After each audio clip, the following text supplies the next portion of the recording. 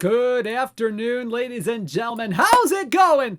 DishNet34, Rob Tomlinson here, welcoming you to today's episode of This Week in Perfect Team, episode number 232. How's it going, everybody? Whoo boy, do we have a lot to go through here today, because today starts a brand new program here today, and oh man, I have looked at all these cards that are going to be released today. Oh my goodness, these are definitely some very good cards that we're going to have for y'all today. Woo, woo.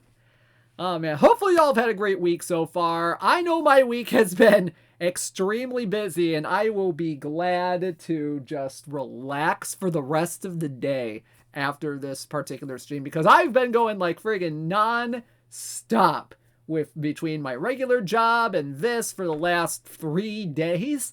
So I am just, oh boy. But you know what? That's work, and that's a good thing. Oh man, but today we have some fantastic cards. The first content set, we'll call it, of our PT Elite series. We'll talk a little bit more about what that is here in just a little bit. There are no flow charts. Unfortunately. I know y'all absolutely love my flow charts, all right? And how, unique they are, and how, succinct they are, and all that. So, but unfortunately, there are no flow charts for this particular set. Daggone it. Said spreadsheets? No spreadsheets either. I mean, I sometimes use spreadsheets, but not for the stuff you might think of. Anyway, folks, let's go ahead and get right into it today. And honestly, I will say this. I have been instructed, like Randy Moss in his prime, to go long today. So, folks, we're going to be talking about all 30 of the cards we're going to release today. Good Lord. I'm going to need all this water today. All right, let's go ahead and get started. We're going to start with some of the big news that we have going on, and that is that the 8th Perfect Team Championship Series is going to be this Saturday. That's right, Saturday, December 9th, beginning at noon Eastern Time, with the finals coverage on our OOTP Developments Twitch channel, where I try to go through all 10 finals at one time in a wraparound NFL Red Zone kind of style. Folks, that's always a fun time, and always a great time to do that. Top 128 teams from this PTCS period in each of the 10 eligible formats. And of course, I forget to change the date on that slide again. It's through December 3rd. It's through from November 6th through December 3rd, not the October to November there, because I copy paste slides sometimes and I miss stuff. Yeehaw, I am the professional in the building. Players will get points based on how they finish in the PTCS, and the top 64 teams in those second 5 PTCSs will go to the Perfect Team Master Series, with separate PTMSs for regular tourneys and perfect drafts. First place through 32nd place in each PTCS will get a brand new PTCS exclusive card, and like the Perfect Team Master Series last, players will get all cards below their finish if applicable. So always some fun stuff going on with the PTCS. We have a forum thread here, if I can find it real quickly here, if we can do this. PTCS, there it is. It is in the chat right now if you want to take a look at that. There's some more details on the formats, the prizes, the park factors, all that good stuff. You can find it in that particular forum thread. All right, PTCS this Saturday. Stay tuned for that. All right, couple of limited edition updates. Ben Taylor, the 86 overall card that was released last week. 57 out of those 100 cards have been pulled as of right now. And the brand new Cal McVay released just a little bit ago on the Laptop Hound pre-twipped hype stream. Always a fun time over there. He just got released. There's 50 copies of those in packs right now. So fun stuff going on right there. All right. So with that being said, not a whole lot of news and notes today. So we are going to go straight to the content here today. Our PT Elite Live Collection Rewards set.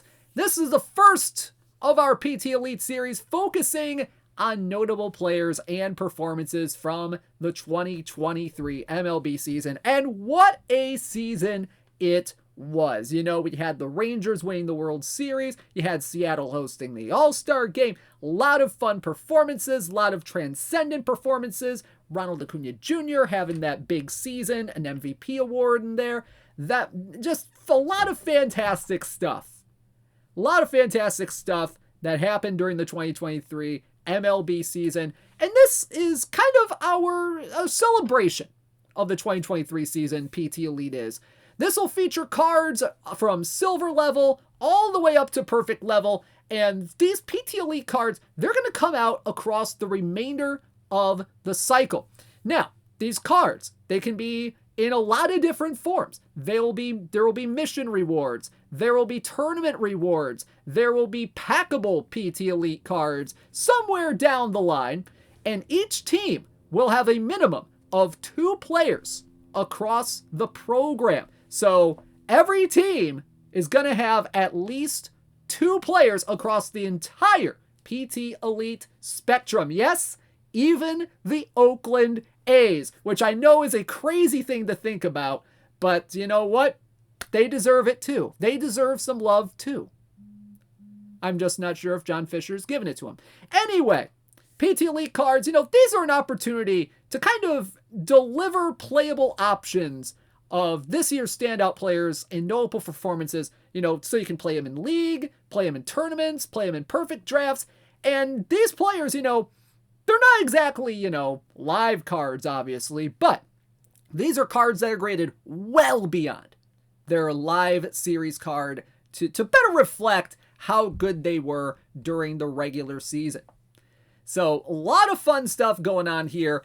And here's how we're going to do this with the reveals here. We're going to go division by division, team by team, and show you what we have going on. So we're going to go by division, and we're going to go up in terms of overall. So we're going to start off in the American League East, and we're going to start off with the Boston Red Sox. That's right, the Boston Red Sox. You know, of all of the seasons in Boston Red Sox history, all right, this one was the most recent. That's how good of a season it was for the Boston Red Sox. But you know what? They had some really good players on their team, some really standout performances. And one of those standout performances was a really good infielder for them, had a lot of power, and really broke out as kind of a youngster here, all right? This guy finished in the top 3 in American League Rookie of the Year voting, and that, my friends, is 94 overall first baseman Triston Casas. Triston Casas, 91 BABIP, 111 power, 59 avoid K, 108 contact, 91 gap power, and 115 on the eye. And these are some really fun splits right here, all right, against lefties. He's got 86 BABIP, 106 power, 46 avoid K, 96 contact, 96 gap power, 121 on the eye. So he's got a lot more eye, a lot more gap power against lefties than he does against righties. But righties is where he has pretty much a lot of his power from. 93 BABIP, 112 power, 63 avoid K, 112 contact, 89 gap, and 113 on the eye. And yes, he can play some defense as well. He can play first. He can play some third base as well. Maybe not exactly a great third baseman, but he has that kind of defensive shape that is reminiscent of a third baseman if you're familiar with the base game and how it works. 49 infield range, 61 infield error, 94 arm, and 48 on the turn double play. Not a lot of speed stealing and base running on him either. 17 speed, 36 stealing, 36 base running. But man, Triston Casas, he was kind of an up and down player for the Red Sox this year. But he was mostly up rather than down a little bit. Hit 263, 367, 490 during the regular season. 24 homers, 65 RBI, and a 129 OPS plus. Finished third in American League Rookie of the Year voting. He was very good as a rookie. In fact, he was second among American League rookies in home runs with that 24, just behind some guy named Gunnar Henderson. He was also first in OPS as well. Now, Casas, he had an absolutely insane second half to this season. All right, let's talk a little bit about those splits, because first half of the season, all right, not great, just not great at all.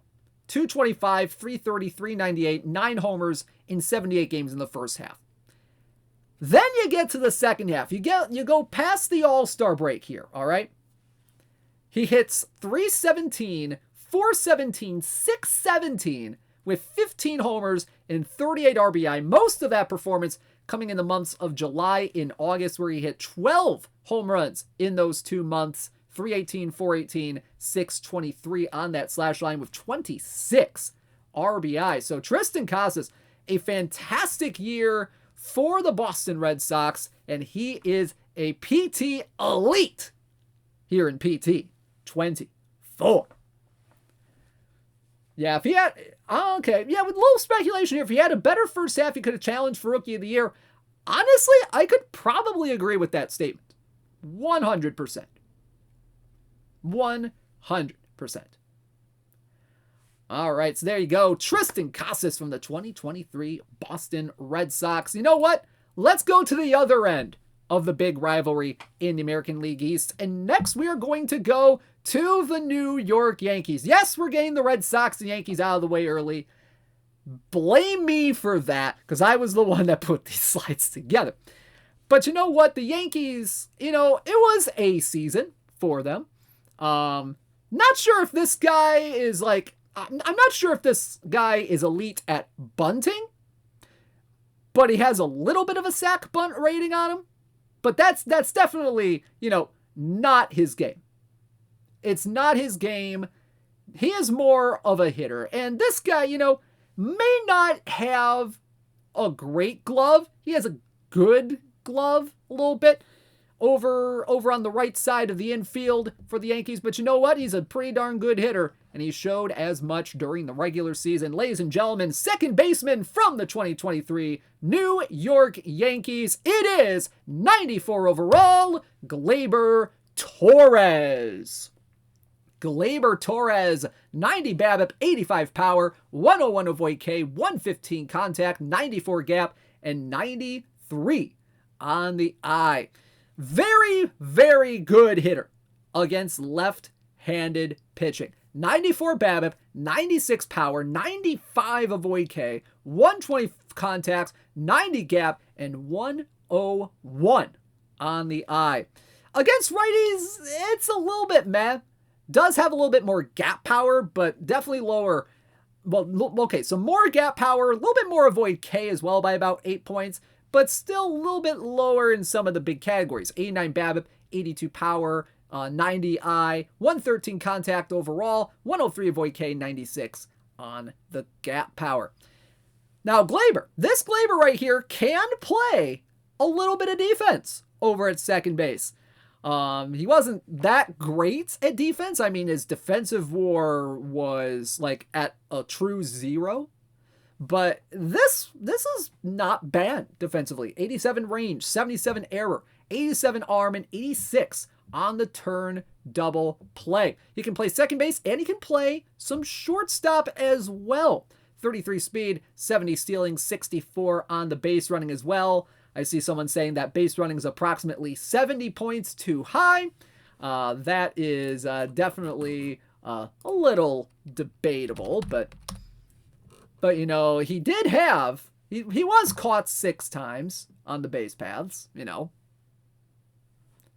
Anyway, Gleyber Torres, you know, he had a pretty good year, all things considered, when you look at it from a high level here. 273, 347, 453 on the slash line, 25 homers, 68 RBI, a 118 OPS plus, and a 13 stolen bases during the regular season. And that 13 stolen base, almost a career high.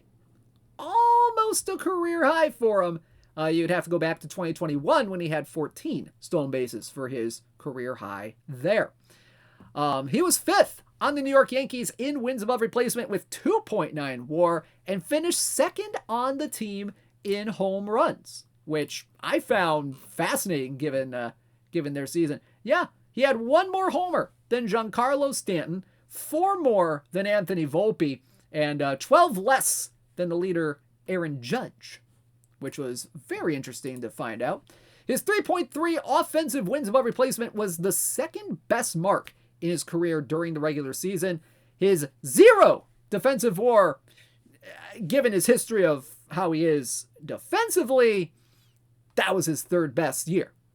And he also hit his 100th career home run, a big milestone homer, on April 3rd against Philadelphia. So very good season for Gleyber Torres. Arguably one of the best hitting Yankees on the year.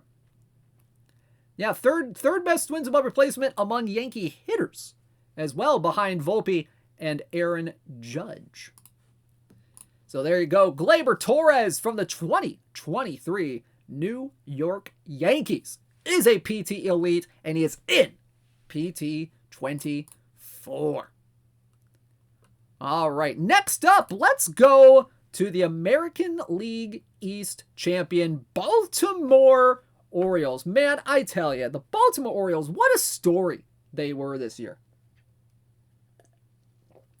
What a story they were this year with all the youngsters really contributing. You know, you had Gunnar Henderson, you had Adley Rutschman, you had a lot of guys, you had Felix Bautista, you had a lot of guys that were really contributing to the success of the Orioles. And I know they just signed Craig Kimbrell for 1 year, which that is certainly a move you could make.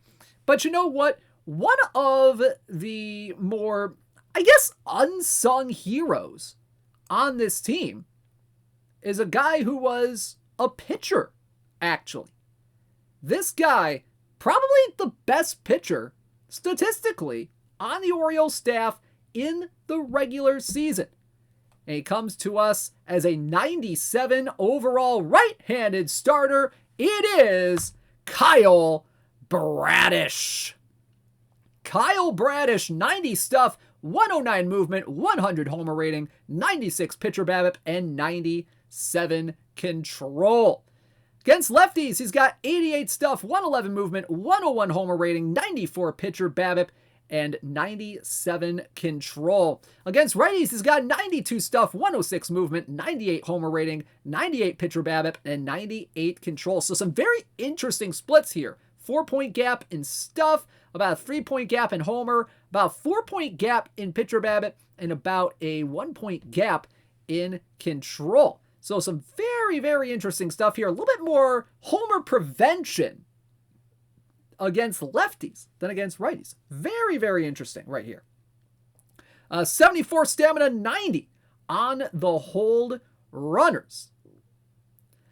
He's got a slider, he's got a curveball, he's got a little bit of a changeup, he's got a sinker, he's got a cutter, throws 94, 96, does not have a defined ground ball, fly ball tendencies, kind of a neutral guy here. So this is a very interesting player. Now, Kyle Bradish, coming into the season,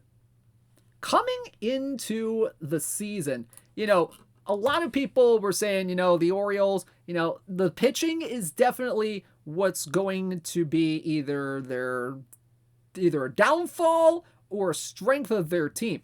And the Orioles pitching was a little bit iffy outside of a couple of guys. Felix Bautista was a great player. Kyle Bradish, kind of came out a little bit out of nowhere. Like, this guy was drafted by the Angels in the 4th round in 2018, comes to the Orioles in the Dylan Bundy trade back in December of 2019, which that was a big deal back in 2019, Dylan Bundy getting traded. And he's gone up through the ranks. He comes up to the Orioles last year at age 25.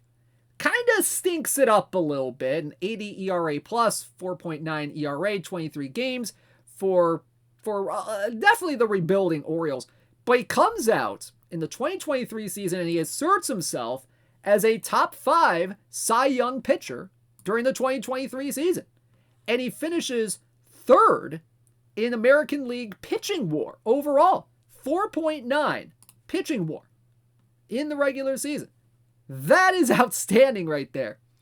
Had a 12-7 record, a 2.83 ERA, 9 strikeouts per 9, 2.3 walks per 9, and a 1.46 ERA plus.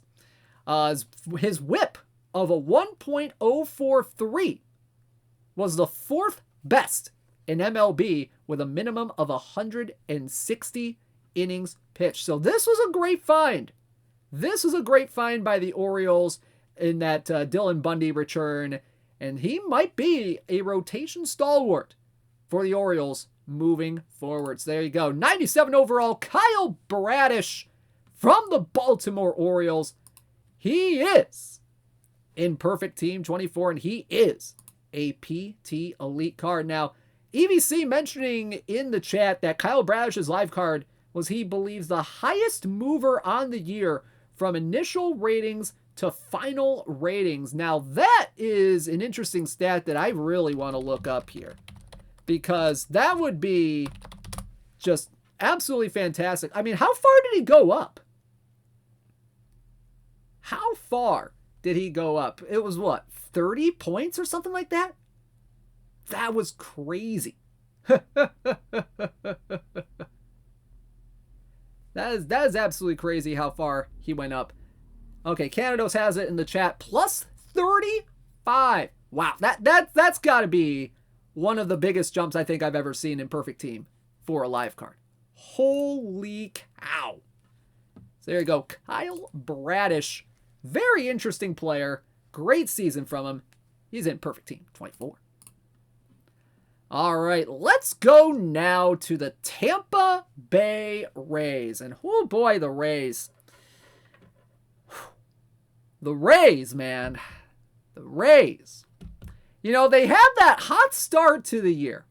They were drawing comparisons with their early record to the 1984 Tigers. Like, this team was that good to start the year. And they just kind of tailed off, and tailed off, and tailed off, and had a scandal, and tailed off. They were still good. They were good enough to make the playoffs. But, but then the Texas Rangers happened. The Texas Rangers happened, and they got kind of swept into orbit in just, oh boy. Whew, yeah. But you know what? Like all Tampa Bay Rays teams, they were defined by their pitching staff. And one of those pitchers, boy oh boy, was a guy that they picked up in the offseason last year. And he really asserted himself as probably, number 1, number 2 guy in the Rays rotations. And this was a guy that kind of was on maybe a bit of that journeyman path when he was in the National League. All right?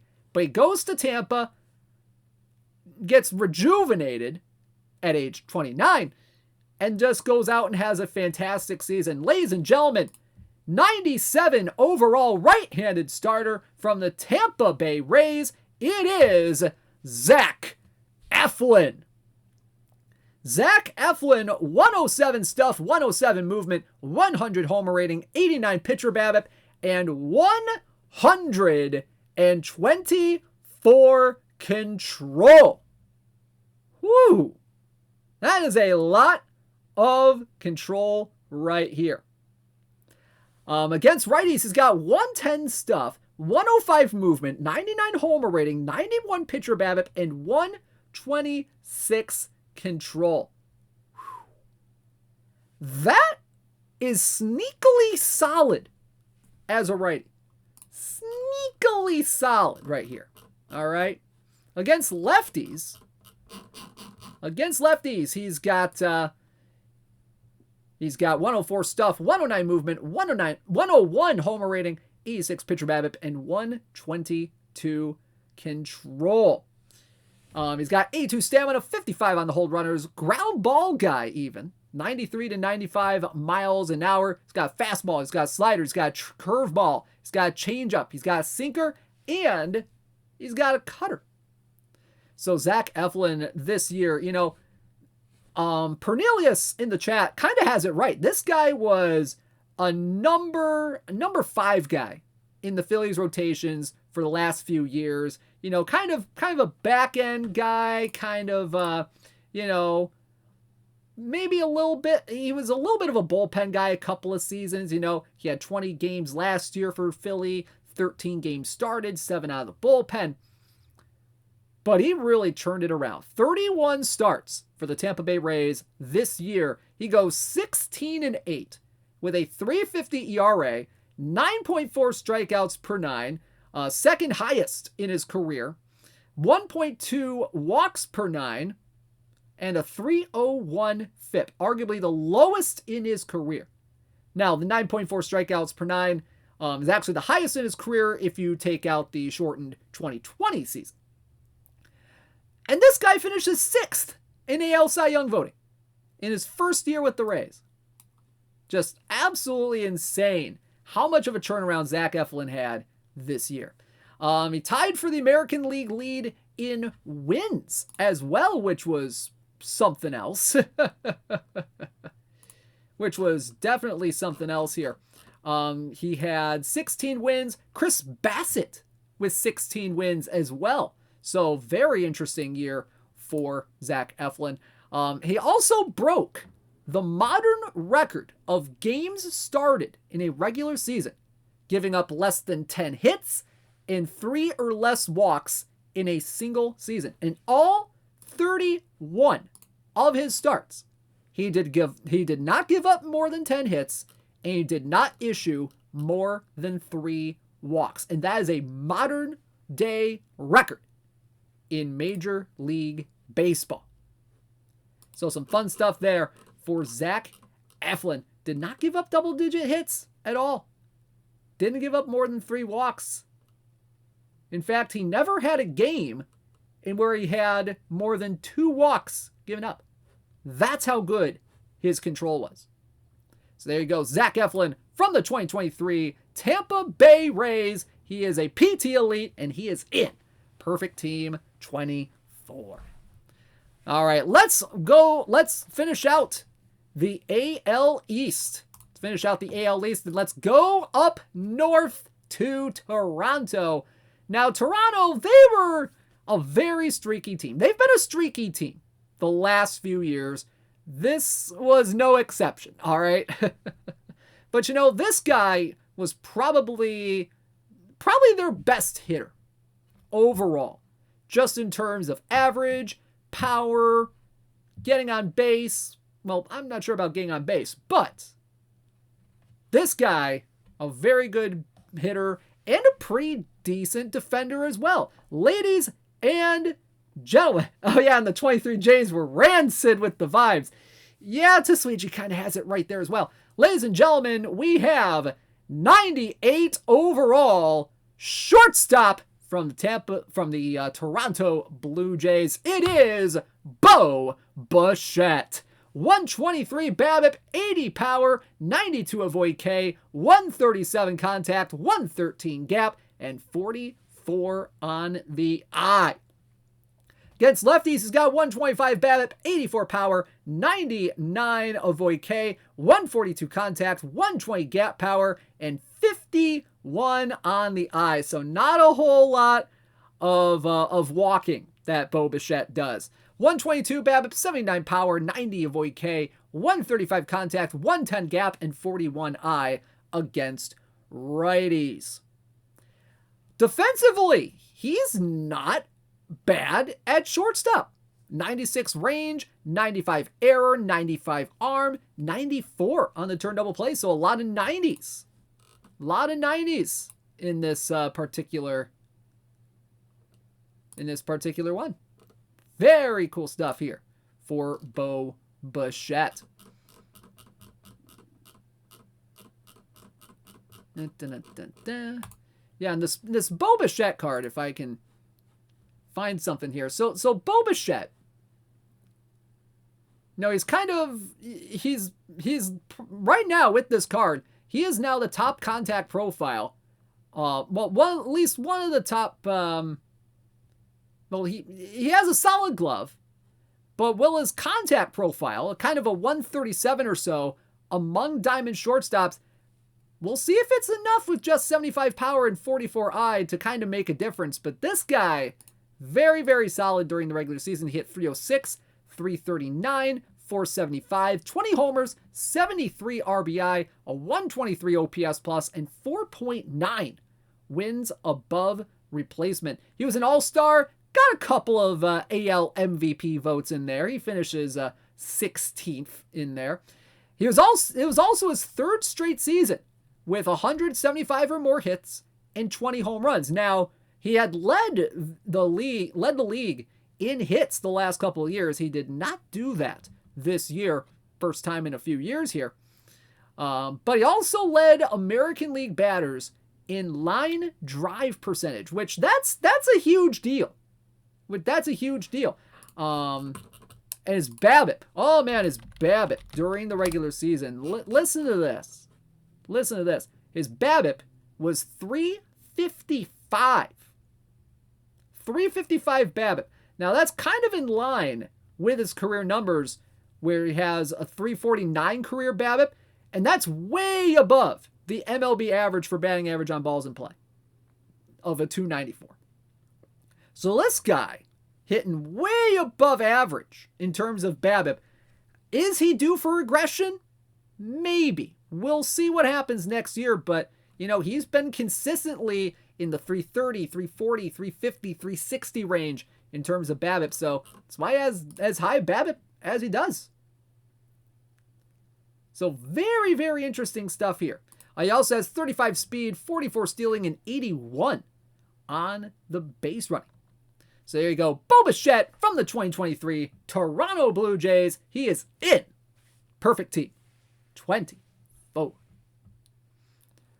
Alrighty. Let's go now to the AL Central. We have to go to the AL Central eventually, folks. So let's get this out of the way right now. We've had a few diamond cards. We're going to drop a little bit down to silver level because now we go to the Kansas City Royals. And the Royals, oh man. The Royals, man. The AL Central, the Kansas City Royals. Arguably the Royals, they were not good. All right. The Royals, they were not great. They were not as elite as we would have thought they would be. All right. But they did have at least a couple of decent players. All right. This guy right here, this next guy that we have, led the team in batting average, had a very high OPS on the team. He was in the top 15 in terms of BABIP among a certain subset of American League hitters. This guy right here had just a breakout season this year. Ladies and gentlemen, he finally got his opportunity this year to really, really show what he had in store.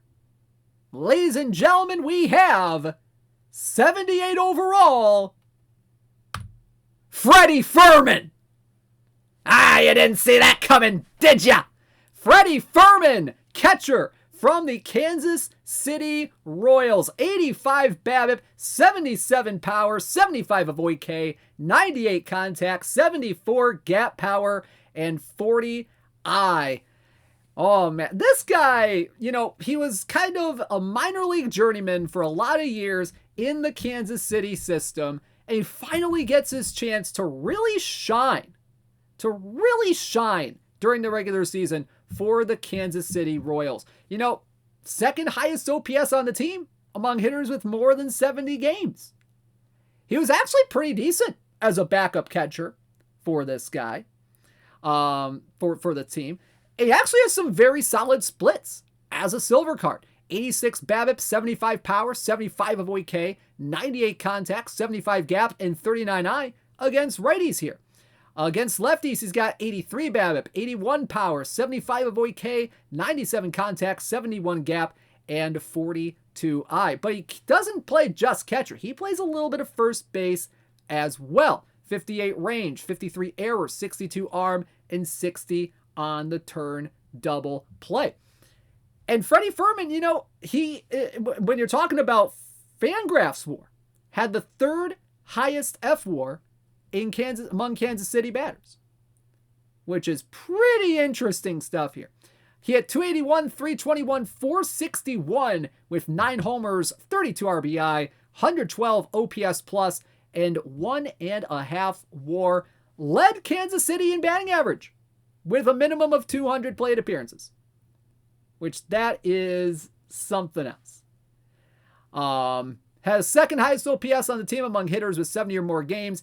And among AL 28-year-old or older hitters with more than 200 plate appearances and a greater than 110 OPS plus, he had the 12th best BABIP out of all of them. What a specific stat. Yes, that is a very specific stat. That is the power of StatHead, brought to you by Baseball Reference. Oh, man. Freddie Fermin, hey, maybe he can repeat this year. Maybe he's due for a little bit of regression next year. Maybe he can keep it up. Who knows? He's going to be 29 going into the year. We'll see what happens. But there you go. Freddie Fermin, 78 overall, PT Elite card. He is in. Perfect team. 24. All right. Next up, let's go to Chicago. Oh boy, Chicago. Oh boy. When the big highlight of your season was a radio call rant early in the season in which your best hitter at the time was Jake Berger, it wasn't a great season. All right. Like, I still go back to that caller rant because it is just A, hilarious, and B, true. But you know what? There were at least a couple of great performances from the White Sox. And, and given, what the collection is going to be here, we kind of had to kind of swerve a little bit here with this card, all right? Ladies and gentlemen, we have 80 overall right-handed reliever from the Chicago White Sox. Probably one of the best relievers they had in their bullpen this year. It is Gregory Santos. See, a guy named G. Santos can actually be something good. 79 stuff, 121 movement, 121 homer rating, 59 pitcher BABIP, and 105 control. Against righties, he's got 87 stuff, 124 movement, 125 homer rating, 66 pitcher BABIP, and 108 on the control. 19 stamina, 52 on the hold runners, 66 on the fastball, a slider, and a sinker as well. Now, Santos, he was very good. Probably one of the more unsung heroes on the Chicago White Sox team. 60 games, had 66 and a third innings pitched, 3.39 ERA, 9 strikeouts per 9, 2.3 walks per 9, and a 132 ERA plus. Had the lowest ERA of anyone with more than 7 games pitched on the Chicago White Sox at that 339 mark. Very cool stuff here. And among players on the team with more than 10 games played, had the highest strikeout to walk ratio. So that's another pretty good thing right here. He had the most strikeouts among 23-year-old relief pitchers in MLB. So there's some hope that this Gregory Santos kid is going to be really good for the White Sox going forward. Maybe a bullpen stalwart. Maybe he's a setup guy to Liam Hendricks next year. If I think Liam Hendricks is on the team next year. I think. Not sure about his contract status, but yeah, Gregory Santos. This is an interesting card. Not a lot of BABIP, but he's got some good control, decent stuff. Plus, he might be an interesting guy for like maybe like a gold floor kind of tournament potentially here. You know, good reliever to have, good home run prevention, good control. But definitely the BABIP is going to be a little bit suspect here. So there you go. Gregory Santos from the Chicago White Sox. I'm not sure how much his cameo rates are, but he is in a PT Elite, and he is in Perfect Team 24. All right, next up.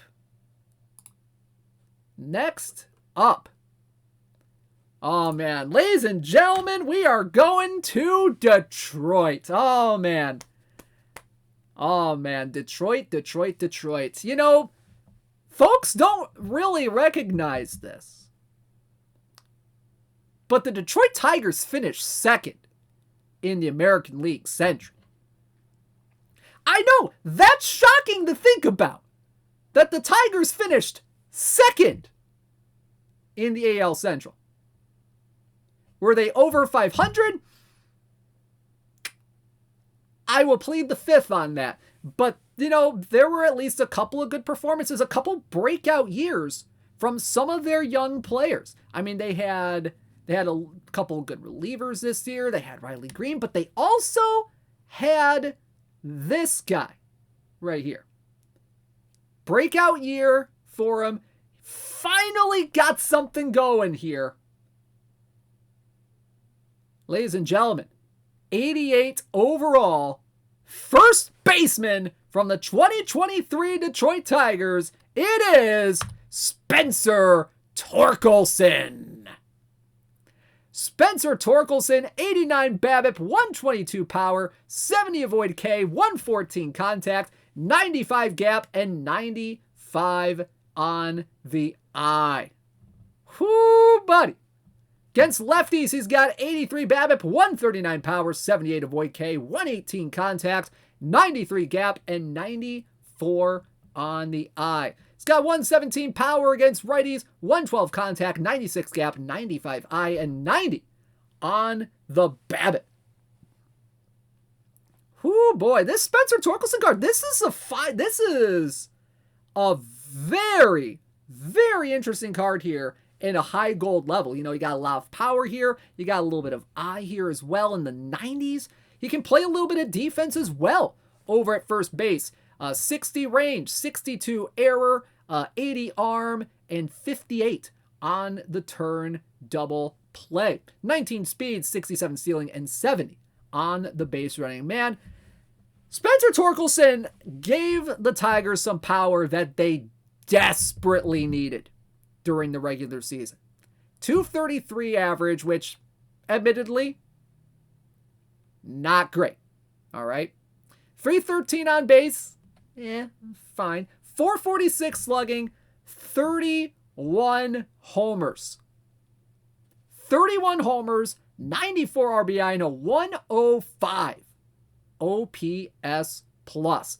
He became the 7th Tiger to have 20 or more homers in his age 23 season. And that, if I can find the stat here,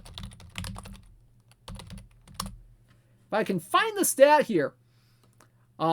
became the 7th Tigers player to hit 20 or more homers in his age 23 season, joining Travis Fryman, Hank Greenberg, Willie Horton, Matt Noakes, Jason Thompson, and Rudy York. He also became the first Tiger to hit 30 or more homers since 2016, when Miguel Cabrera and Justin Upton did so.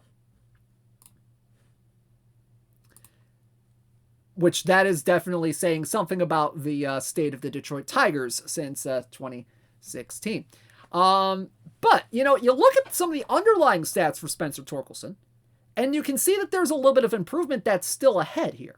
All right? His exit velo, his fly ball percentage, his hard hit percentage was up quite a bit from his 2022 rookie year. So, maybe we see an even bigger breakout for Torkelson?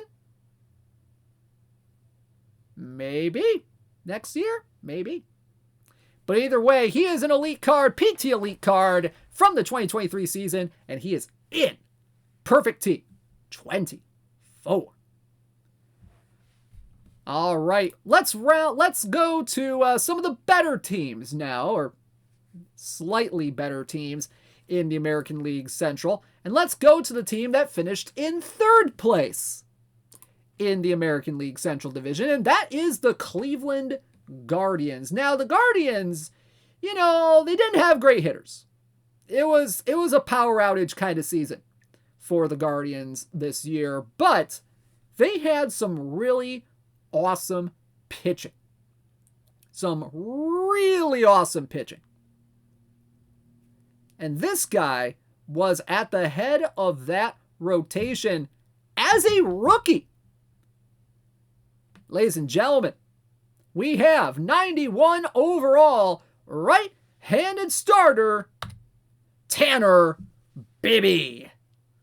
Tanner Bibee, 88 stuff, 97 movement, 89 homer rating, 95 BABIP, and 92 control. Against lefties, he's got some very interesting splits here. 85 stuff, 104 movement, 101 homer rating, 92 pitcher BABIP, and 90 control. Against righties, he's got 90 stuff, 92 movement, 82 homer rating, 99 pitcher BABIP, and 93 control. So you got a little bit of a gulf there in homer prevention versus lefties and versus righties. So definitely something to kind of keep in mind with this card if you do get him. 73 stamina and 46 on the hold runner. He's got a fastball, he's got a slider, he's got a curveball, and he's got a really good changeup, 95 rated changeup. That's pretty darn good right there. He is extreme fly ball type, so homers probably going to be a little bit of a problem for him. He did give up 13 homers in 142 innings pitched, which honestly does translate to a 0.8 homers per 9, but there's definitely still some room for improvement there for Tanner Bibee. But, he did fairly well. 94-96 on the velocity. He went 10-4 with a 2.98 ERA, 8.9 strikeouts per 9, just a little bit under 3 in terms of the walks per 9, and a 1.40 ERA plus. Finished second in American League Rookie of the Year voting. He had a fantastic year as a rookie. Not as great as Gunnar Henderson was, but still very good. Second in AL Rookie of the Year voting. He led all Cleveland starting pitchers in wins, which that's going to be something else. And he also became the first Cleveland pitcher in the live ball era to record 5 straight strikeouts in his debut with the team. And he did so against the Colorado Rockies on April 26th, 2023. First Cleveland pitcher in the live ball era to record at least 5 consecutive strikeouts in a major league debut. He ended with 8 strikeouts in 5 2/3 innings while recording his first career win against the Rockies. So there you go. Tanner Bibby, a fantastic year for the Cleveland Guardians, and he is a Perfect Team Elite card. He is in Perfect Team 24. And yep, these cards, these are Mission Edition cards, so these are all mission rewards that we got here tonight. That we all hear today. So these are all gonna be from missions, so you'll see the missions later on after the stream today. All right, let's finish out the AL Central. Let us finish out the AL Central, and we go to the Minnesota Twins, who finally won a playoff series and won a playoff or at least won a playoff game. They won a playoff game. They won a playoff series for the first time in God knows how long. Oh, man. But you know what? The Twins, they were all right. They were all right during the regular season. They had some pretty good performances as well, mainly from their starting rotation a little bit.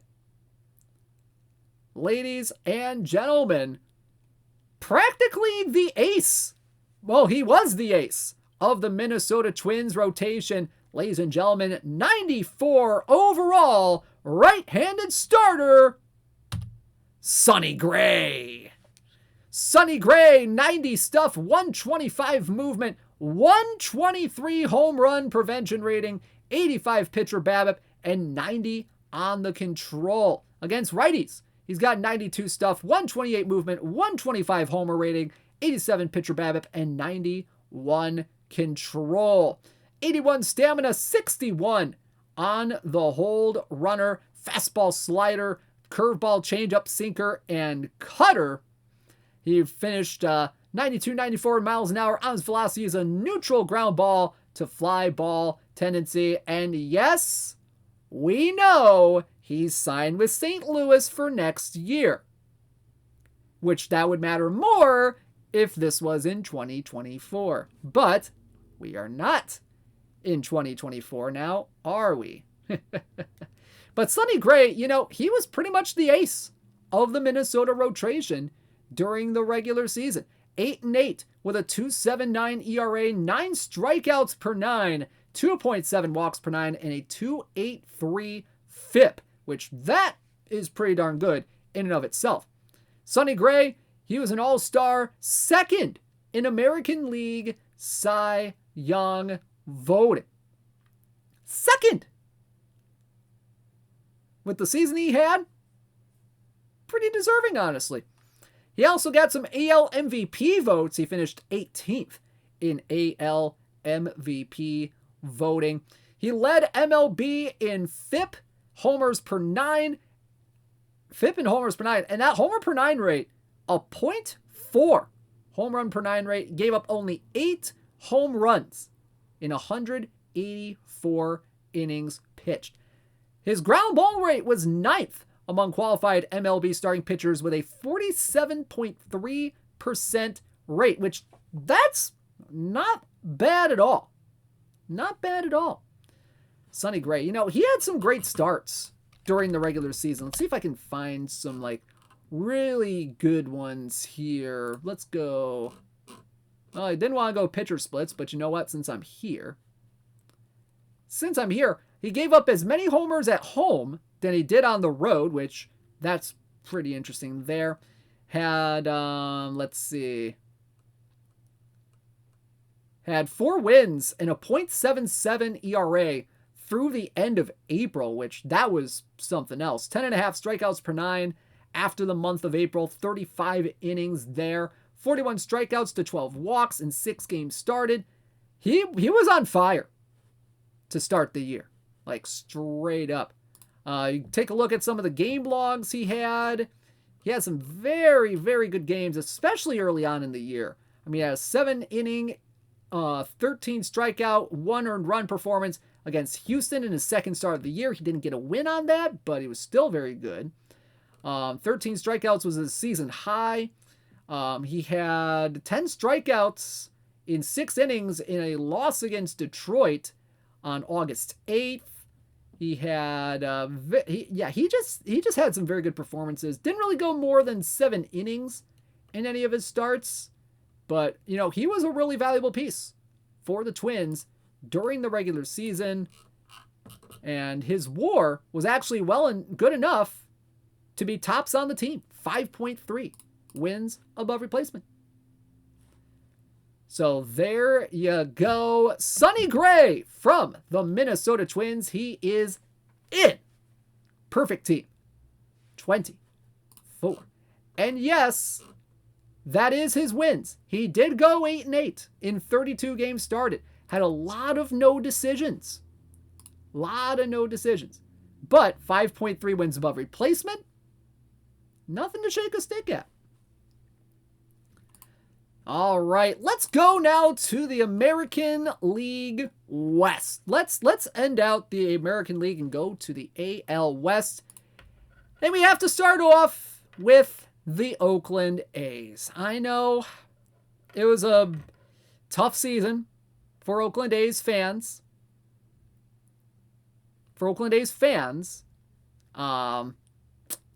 Those fans did not include John Fisher, by the way. He's never been a fan of the Oakland A's. Let's be honest with ourselves here. But this guy was one of the bright spots in the Oakland A's team this year. No, he was a guy that's been in their minor league system for a little bit, comes up and makes a pretty good impact on the team. And he was hitting homers like really, really quickly here. All right.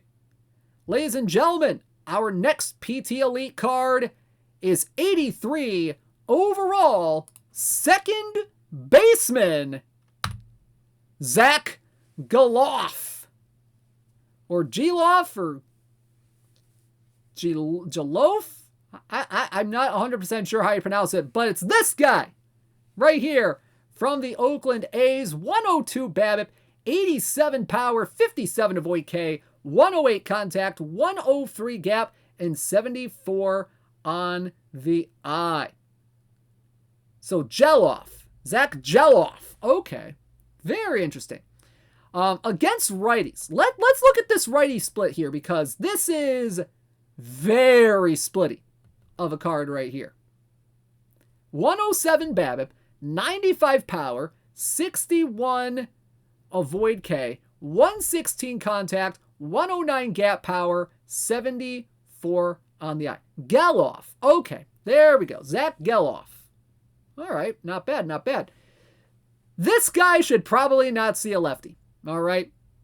He should not see a lefty as a right-handed hitter. So this is kind of a reverse split kind of guy as a hitter. But do not let this guy see a lefty. Good Lord, do not do that. He can play second, he can play third, he can play shortstop. He's got 81 range, 83 error, 85 arm, and 79 on the turn double play. 83 speed, 97 speed, 97 stealing, 106 base running. This guy stole 14 bases, only caught twice during the regular season. Not a great bunter either. But this guy is a right-handed batter. Very interesting splits like we mentioned. Hit 267, 337, 504 with 14 homers, 32 RBI with 14 stolen bases and a 137 OPS plus. He became the fastest player in A's history to 6 home runs in his career, doing so in the first 22 games of his career. His 33 extra base hits were the most in A's history through 60 games, which that is something else. He was also third among MLB rookies in isolated power at 237, which, woo, that's a lot. That's a lot right there. And he was also third among MLB rookies in line drive percentage with 25.5%. So pretty darn good stuff there in the peripherals. Now, you want to hear a little something about his platoon splits here, because this is why they're so splitty, all right? Versus righties, in 220 plate appearances, he hit .303 with a .368 on base, .601 slugging, 13 of his 14 homers coming against righties. All right? Against lefties, which, as a right-handed hitter, you would think, yeah, he might have the platoon advantage against lefties.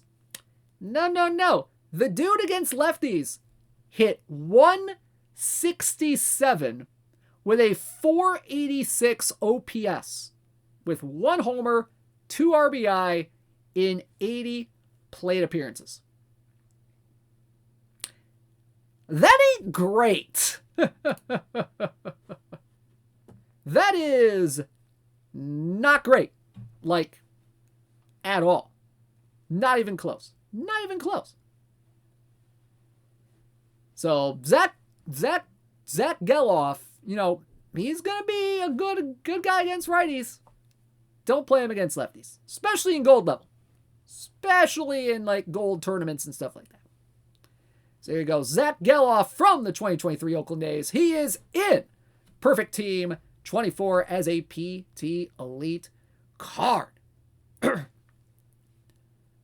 All right, next up, let's go to the LA Angels.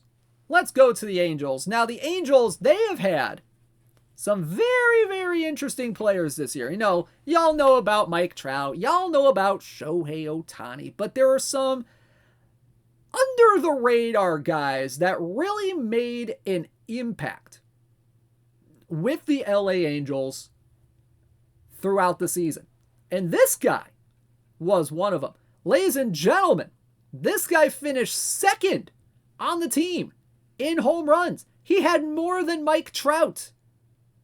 Ladies and gentlemen, 90 overall, second baseman from the LA Angels. It is Brandon Drury. Brandon Drury, 88 BABIP, 113 power, 61 avoid K, 108 contact, 104 gap power, and 50 on the eye. Against lefties, he's got 86 BABIP, 120 power, 65 avoid K, 110 contact, 95 gap power, and 55 on the eye. Not really a great guy at getting on base with that low eye right there, but he can smack the ball out of the ballpark. Against righties, he's got 89 BABIP, 111 power, 60 avoid K, 107 contact, 107 gap, and 49 on the eye. He can play first, he can play second, he can play third. He can also play a little bit of left field and right field for the Angels as well. 84 range, 90 error, 65 arm, and 71 on the turn double play on the infield. In the outfield, he's got 57 range, 61 error, and 54 on the arm. Now, Brandon Drury, he came into this year as kind of a journeyman kind of player. He started off in Arizona, goes to New York for a little bit, hits a .176, goes to Toronto for 8 games, hits a .154, stays in Toronto, hits 15 dingers in 19, stays with them in 2020, goes to the New York Mets for an uneventful 51-game stint, and then he goes to Cincinnati and San Diego in 2022 and absolutely rakes. And that parlayed into him signing as a free agent with the LA Angels in December of last year. Then he goes out and hits .262, .306, .497, 26 homers, 83 RBI as mainly a second baseman for the Angels. So very, very good hitter, all things considered, for the Angels, given that, they had trouble, hitting and all that throughout the regular season. But he finished second on the Angels in home runs with that 26 homer mark, only behind a guy named Shohei Ohtani. And a 114 OPS plus. He also is second in RBIs, hits, and total bases as well. His 1.9 wins above replacement, the second highest season of his career. It was his actually fourth season of his career with 30 or more doubles. So that's why you have a little bit of the gap power there for Brandon Drury. So there you go. Brandon Drury from the 2023 LA Angels. He is in perfect team 24. All right, let's move on and let's go to the Pacific Northwest. And we go now to the Seattle Mariners. The Seattle Mariners. Man, oh man. This next guy was fantastic for the Seattle Mariners. He was the guy that was instrumental during their winning streak, but he was also a little bit of a guy that some fans kind of blame for how they ended the season. But overall, when you look at it from a high enough level, this guy was definitely one of their best pitchers during the regular season. Ladies and gentlemen, 99 overall right-handed starter from the Seattle Mariners, it is Luis Castillo. Luis Castillo, 147 stuff, 101 movement, 91 homer rating, 102 pitcher BABIP, and 110 control. Against righties, he's got 156 stuff, 103 movement, 93 homer rating, 109 pitcher BABIP, and 113 control. Wow. He's kind of serviceable against lefties too. 135 stuff, 98 movement, 88 homer rating, 93 pitcher BABIP, 106 control. He's got 102 stamina, 93 on the hold runners, fastball, slider, changeup, and sinker, all above 90 ratings right there. Whoo! Whoo! Goodness gracious. Luis Castillo.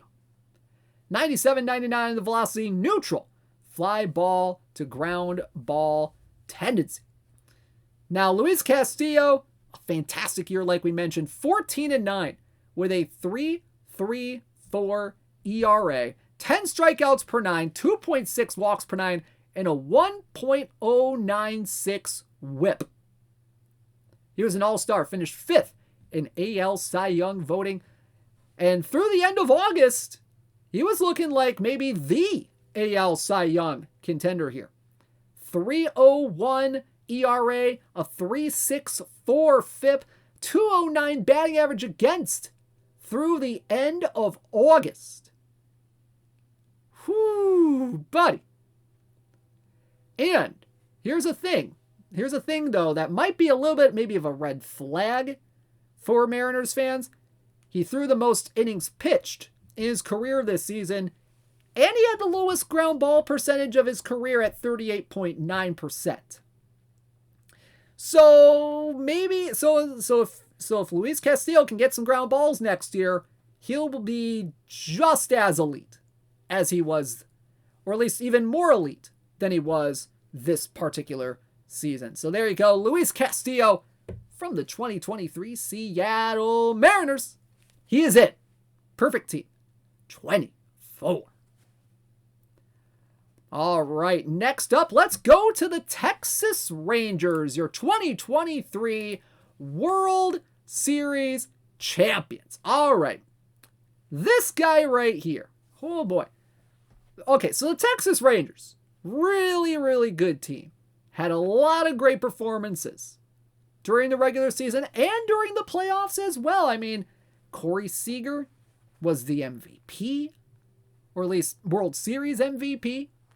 So that was pretty darn cool. Marcus Semien had some great year, had himself a great year. But you know what? One of the guys that really starred for the Texas Rangers during their postseason run was a guy that's going to be expected to have a much bigger role on the team going into the next season. And folks, this guy is only going to be 22 years old next season. Ladies and gentlemen, 99 overall left fielder from the Texas Rangers, it is Evan Carter.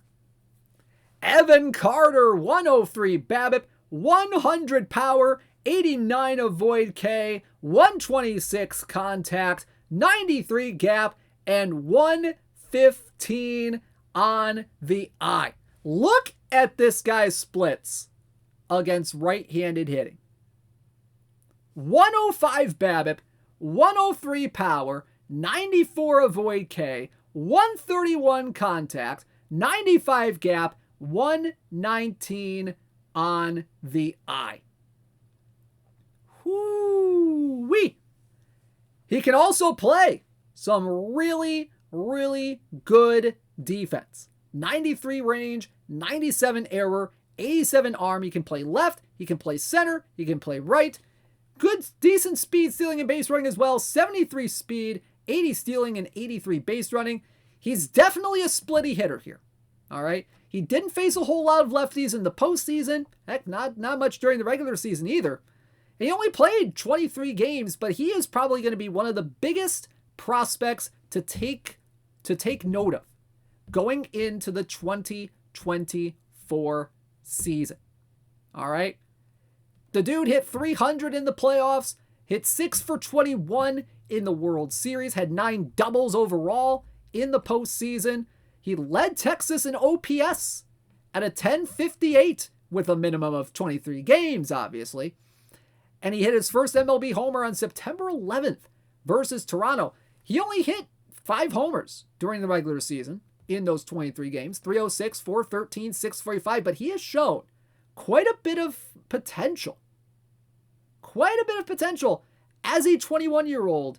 Last year, he's expected to play a lot bigger role in that Texas Rangers outfield going into next season.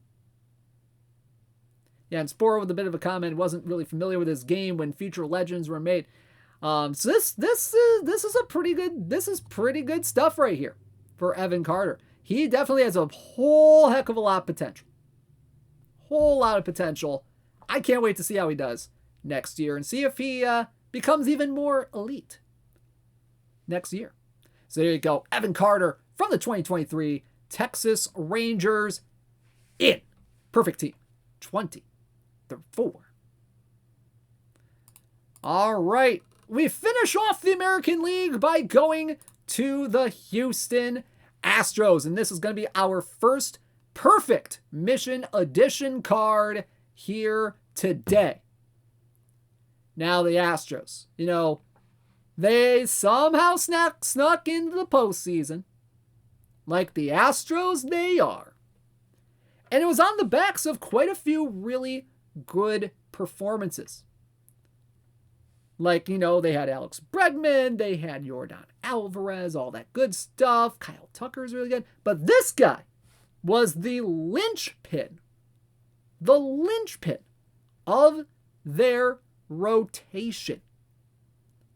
Oh man, he had some really great performances during the regular season, was a top 10 AL Cy Young finisher, and he is 100 overall left-handed starter, Framber Valdez. Framber Valdez, 117 stuff, 121 movement, 110 homer rating, 103 pitcher BABIP, 107 control. And he's got a little bit of reverse splits on him a little bit. 116 stuff against righties, 128 movement, 111 homer rating, 102 pitcher BABIP, and 109 control. Against lefties, he's got 117 stuff, 99 movement, 105 homer rating, 105 pitcher BABIP, and 102 control. 114 stamina, 76 on the hold runners. He's got a curveball. He's got a changeup. He's got a sinker. He's got a cutter. Extreme ground ball guy, 95 to 97 on the velocity. And you know what? This guy threw the 16th no-hitter in team history on August 1st against, I believe it was Cleveland. Let me double check. I believe it was Cleveland. Yep, it was. August 1st, 2023, no-hit the Cleveland Guardians, 2-0 at Minute Maid Park, only needed 93 pitches, faced the minimum 27 batters, threw 65 pitches for strikes, struck out 7, only base run of the game was an Oscar Gonzalez walk, which was quickly erased on a double play. And then, later in that month, he tosses 7 hitless innings against my Detroit Tigers, leaving with the no-hitter intact, but allowed 5 walks in that game.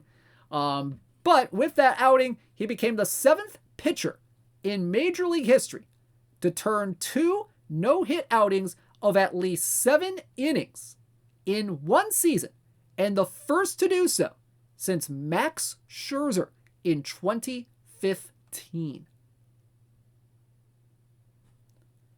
So Framber Valdez, he goes 12-11 with a 3.45 ERA, 9.1 strikeouts per 9, 2.6 walks per 9, and a 3.50 FIP. So very close to that ERA mark, very close to about what was expected.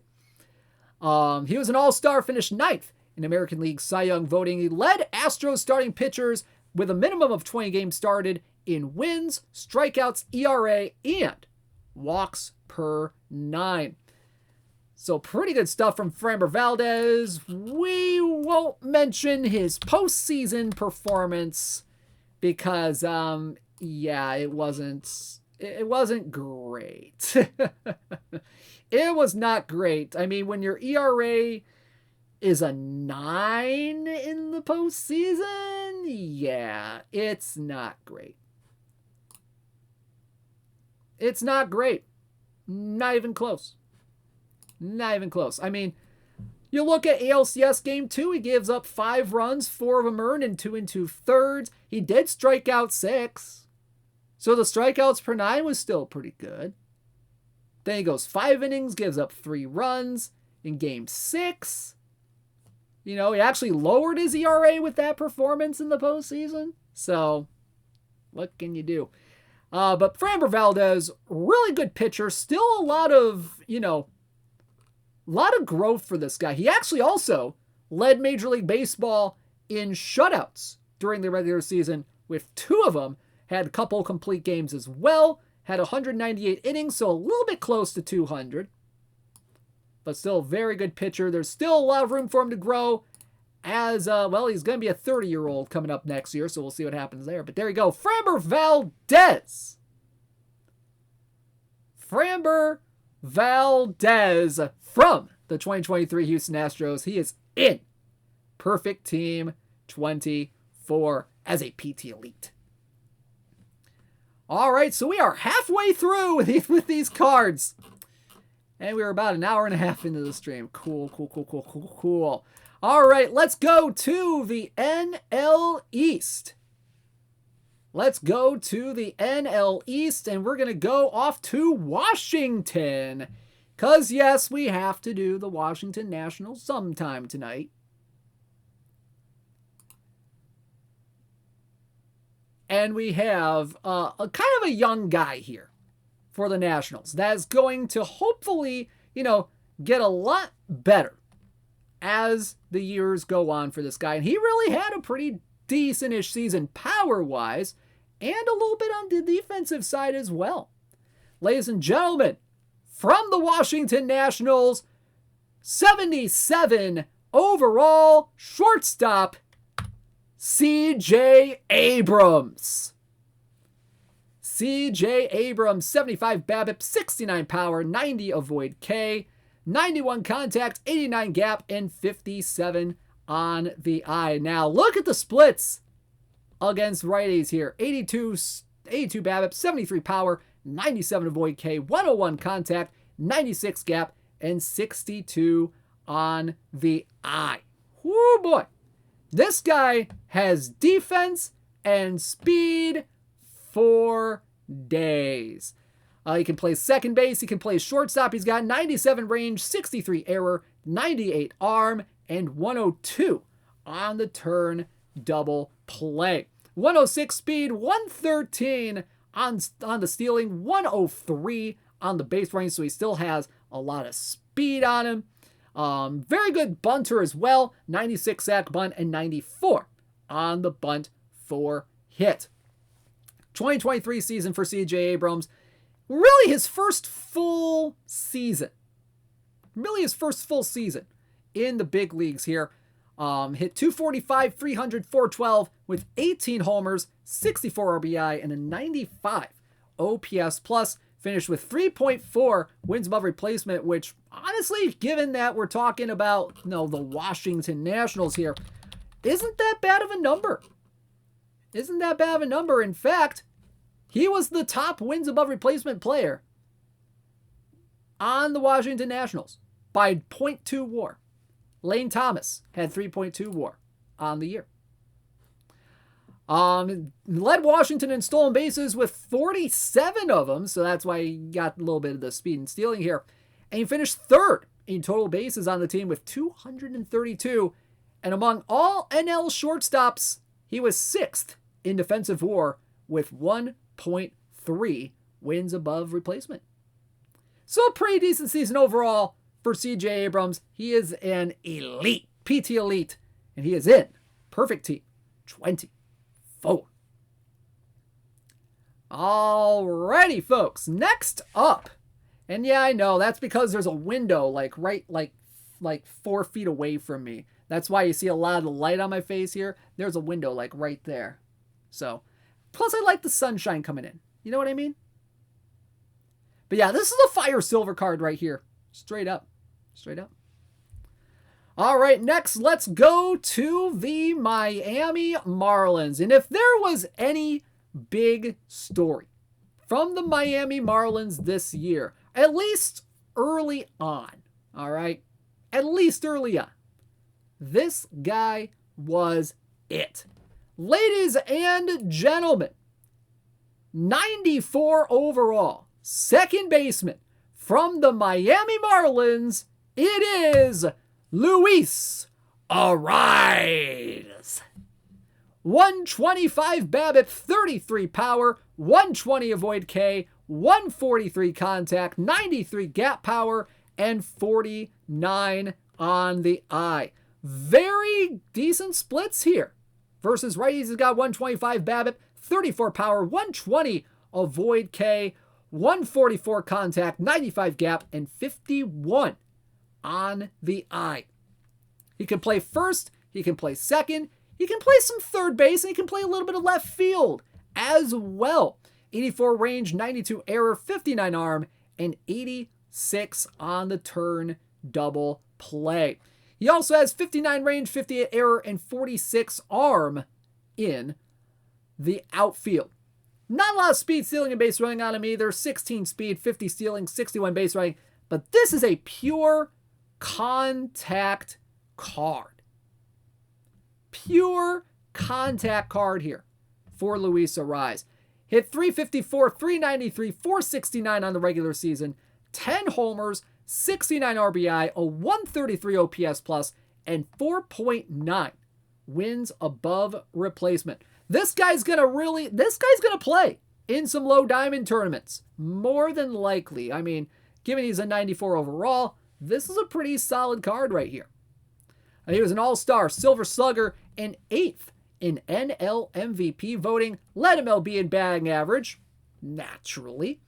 And this is his second batting title in his career. Now, the big story of the early part of the season with Luis Ariz, as y'all may remember, is that this dude was chasing 400 for a decent part of the season.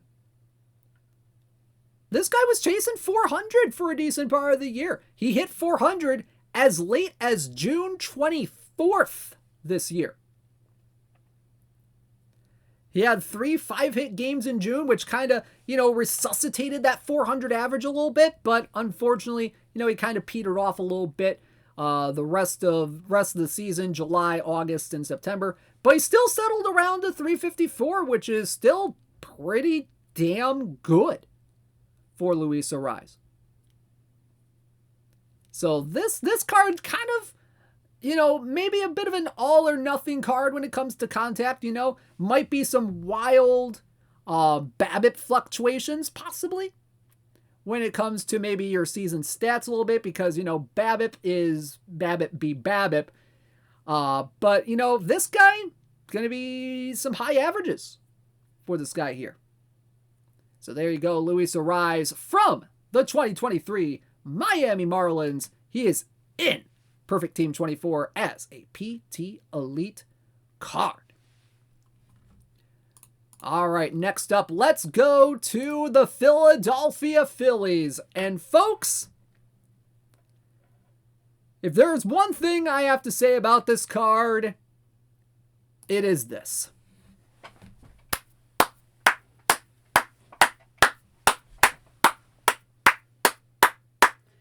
This gives him his power, folks.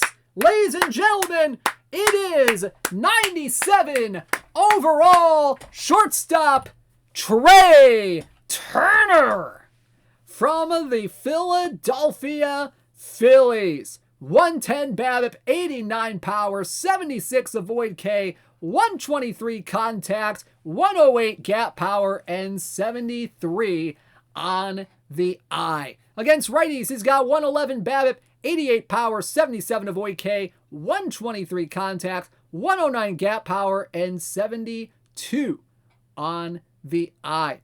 Against lefties, he's also got 108 BABIP, but he has a little bit more power against lefties at that 90 rating, 74 avoid K, 120 contact, 103 gap, and 76 on the eye. He can play second, he can play short, and he can also play a little bit of center field. Little tiny bit of center field here on this Trey Turner card, which is very, very intriguing here. 85 range, 87 error, 89 arm, and 88 turn double play on the infield. In the outfield, he's got 81 range, 83 error, and 57 on the arm. 100 speed, 110 stealing, and 113 on the base running. This guy had 30 stolen bases without getting caught. Without getting caught. That broke an MLB record during the regular season for most stolen bases without getting caught. As y'all know, he hit 266, 320, 459 with 26 homers, 76 RBI, a 111 OPS plus with 30 stolen bases. Of course, y'all know he represented the USA in the 2023 World Baseball Classic. He was on fuego in the World Baseball Classic. Goodness gracious. But, he kind of had a bad start to the year. I mean, through July, the dude was hitting in like the 220s or something. This is a guy with a big contract, it was kind of becoming a bit of a disappointment. And then you had a talk radio guy in Philly, or something like that, suggest that fans at their August 3rd game give this guy a standing ovation to show kind of how much the fans still appreciated him. And you know what? Miracle upon miracles, it worked. And since that standing ovation, on August 3rd, the dude hit 337 with 16 homers and 42 RBI. Arguably one of the great hit stretches of hitting in the final part of a season that maybe the Phillies have ever seen. Like, this was a revelation. He really took that energy and parlayed it into the rest of the year. So, kudos to you, Trey Turner, for a fantastic year. Helped the Phillies in the postseason as well. Make it to the, they made the NL Championship Series, which was no small feat in and of itself.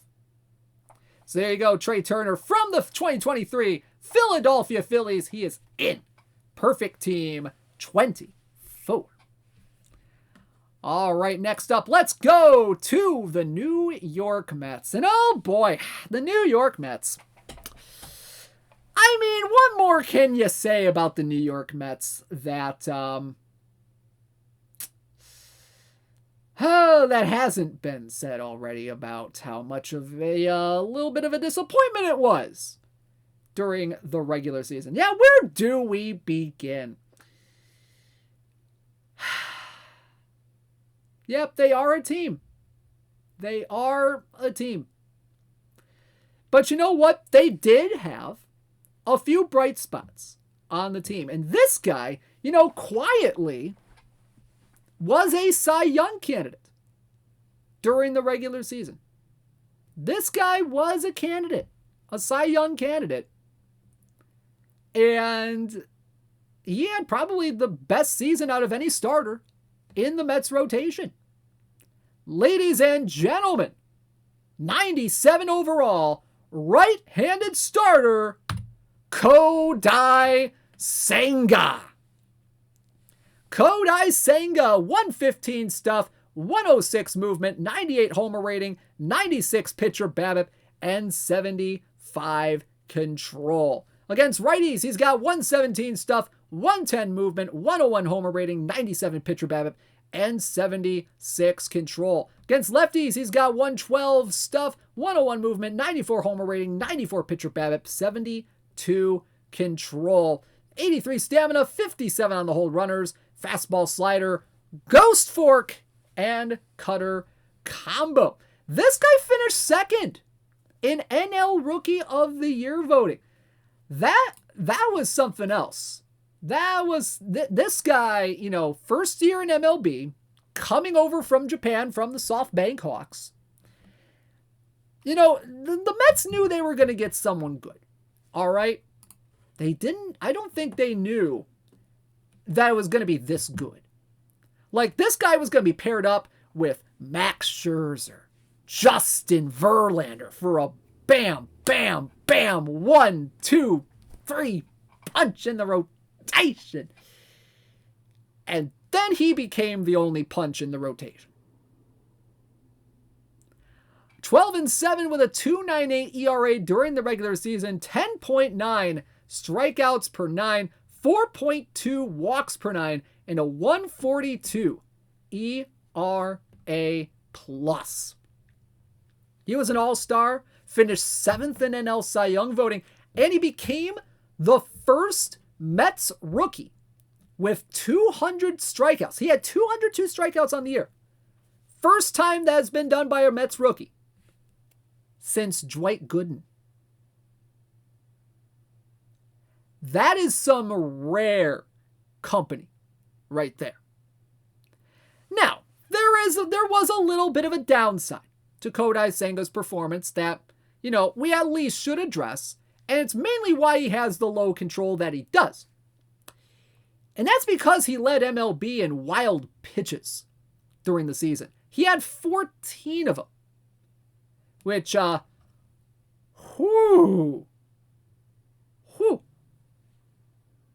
it's not great. It's not great. Hopefully, now that he's accustomed to the Major League Baseball, since it's a little bigger here than it is in Japan, that they can kind of control the wild pitches a little bit during next season. Hopefully. But either way, Kodai Senga, definitely the ace of the Mets rotation last year. So there you go. Kodai Senga from the 2023 New York Mets. He is in. Perfect team. 24. All right, now let's finish out the NL East, and we go to the Atlanta Braves.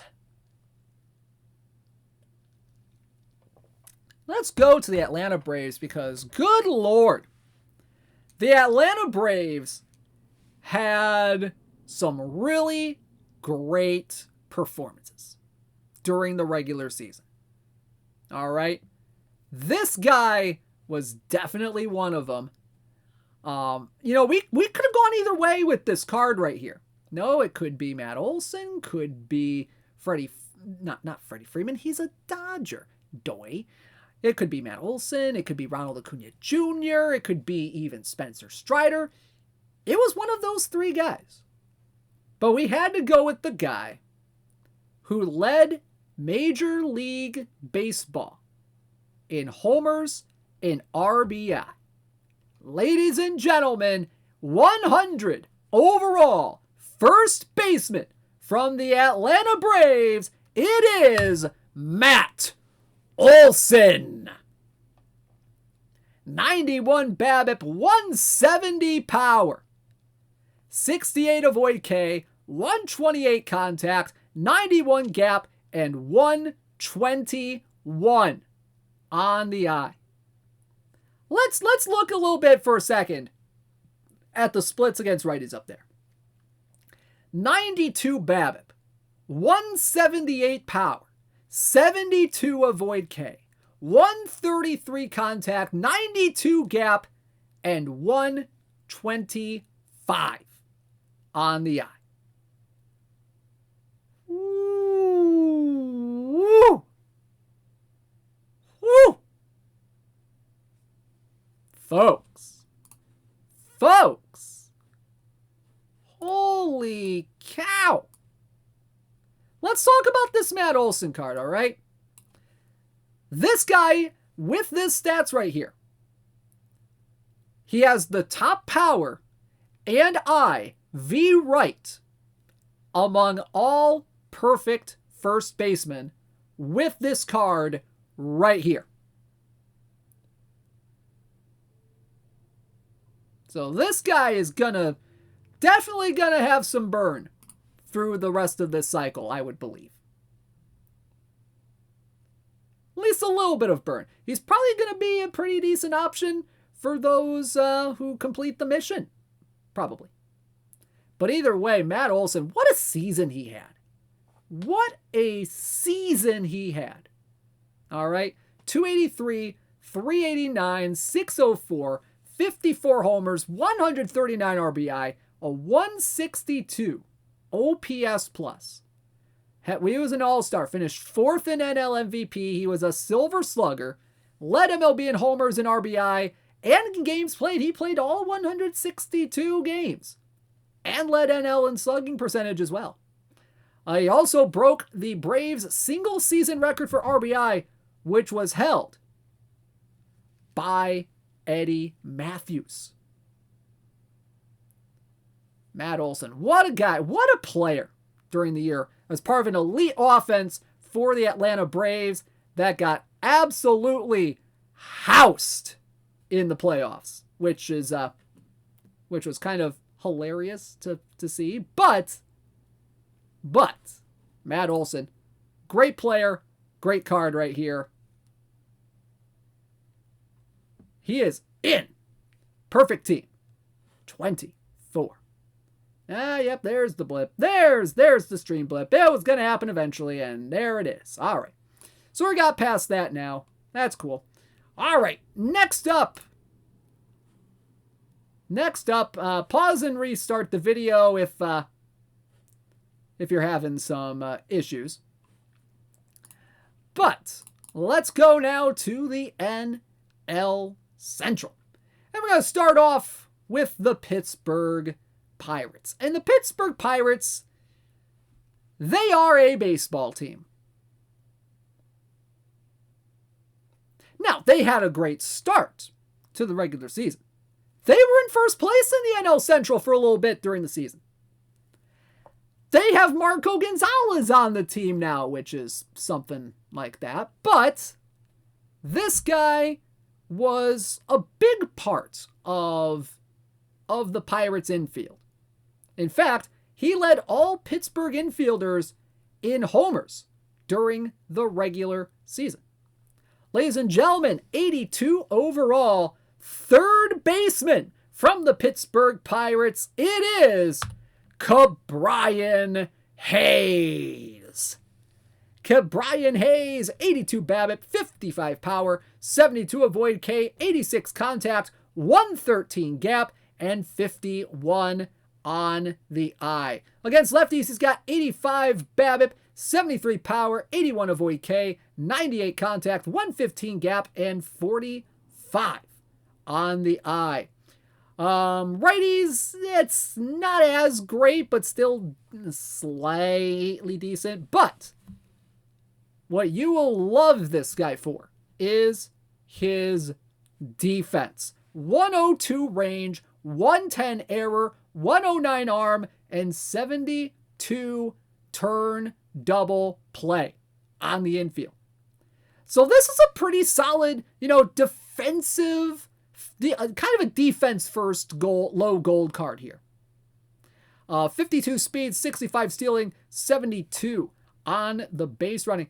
Now Hayes, he had a pretty decent year for the Pirates. 271, 309, 453, 15 homers, 61 RBI, and a 105 OPS plus, translating to 4 wins above replacement. He was the Gold Glove winner for the Pirates this year. He dethroned Nolan Arenado for that Gold Glove award after 10 straight years of him winning that award. Which is just fascinating to me, really. Led all Pittsburgh infielders in home runs with 15 of them, and he was the top WAR getter on the team. His 1.90 WAR was the highest in his career, so this is his best offensive year in his young career. His 2.4 defensive WAR was second highest in his career. So there you go. Ke'Bryan Hayes from the 2023 Pittsburgh Pirates. He is in Perfect Team 24. Alrighty, next up, let's go to Chicago. Let's go to Chicago. And man, oh man. I mean, what more can you say about the Chicago Cubs' complete and utter collapse that they canned their manager for it after the year? Yike. Not just yikes, that is a yike right there. That's even worse than a yikes because it's one singular yike. But, you know what? When you look at the whole of the regular season for the Chicago Cubs, it was a pretty decent one. Because this guy, for most of the year, this guy was a Cy Young contender. Finished in the top 5, and now he's going to get a little bit of love here in the PT Elite card set here. Ladies and gentlemen, 91 overall from the Chicago Cubs. It is left-handed starter Justin Steele. Justin Steele, 93 stuff, 113 movement, 113 homer rating, 60 on the pitcher BABIP though, and 119 control. 82 stamina, 64 on the hold runners. Slider, curveball, changeup, sinker, cutter combo on this guy. He is a ground ball guy. Lefty starter, 93 to 95 miles per hour. Justin Steele, this was a very good year for him. 16-5 with a 3.06 ERA. 9.1 strikeouts per 9, had a very good walk rate of 1.9 walks per 9. He led the National League in homers per 9 at 0.7, only gave up 14 homers in 173 innings pitched. A 1.46 ERA plus, kind of, piggybacking off a pretty decent 2022 season for Justin Steele, where he had a 3.18 ERA, 4-7 record in 24 starts.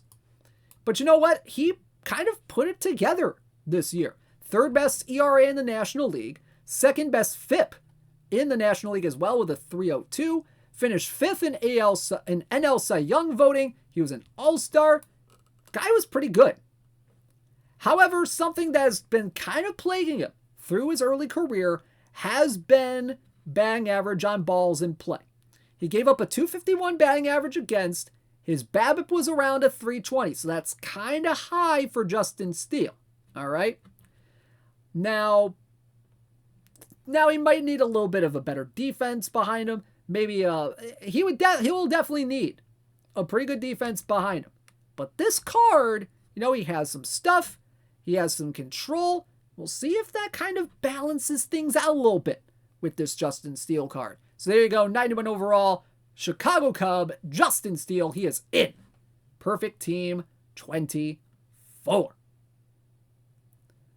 All right, next up, let's go to St. Louis. Let's go to St.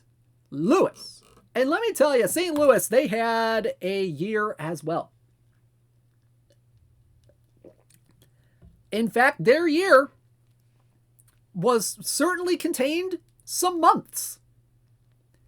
And those months definitely contained days in them.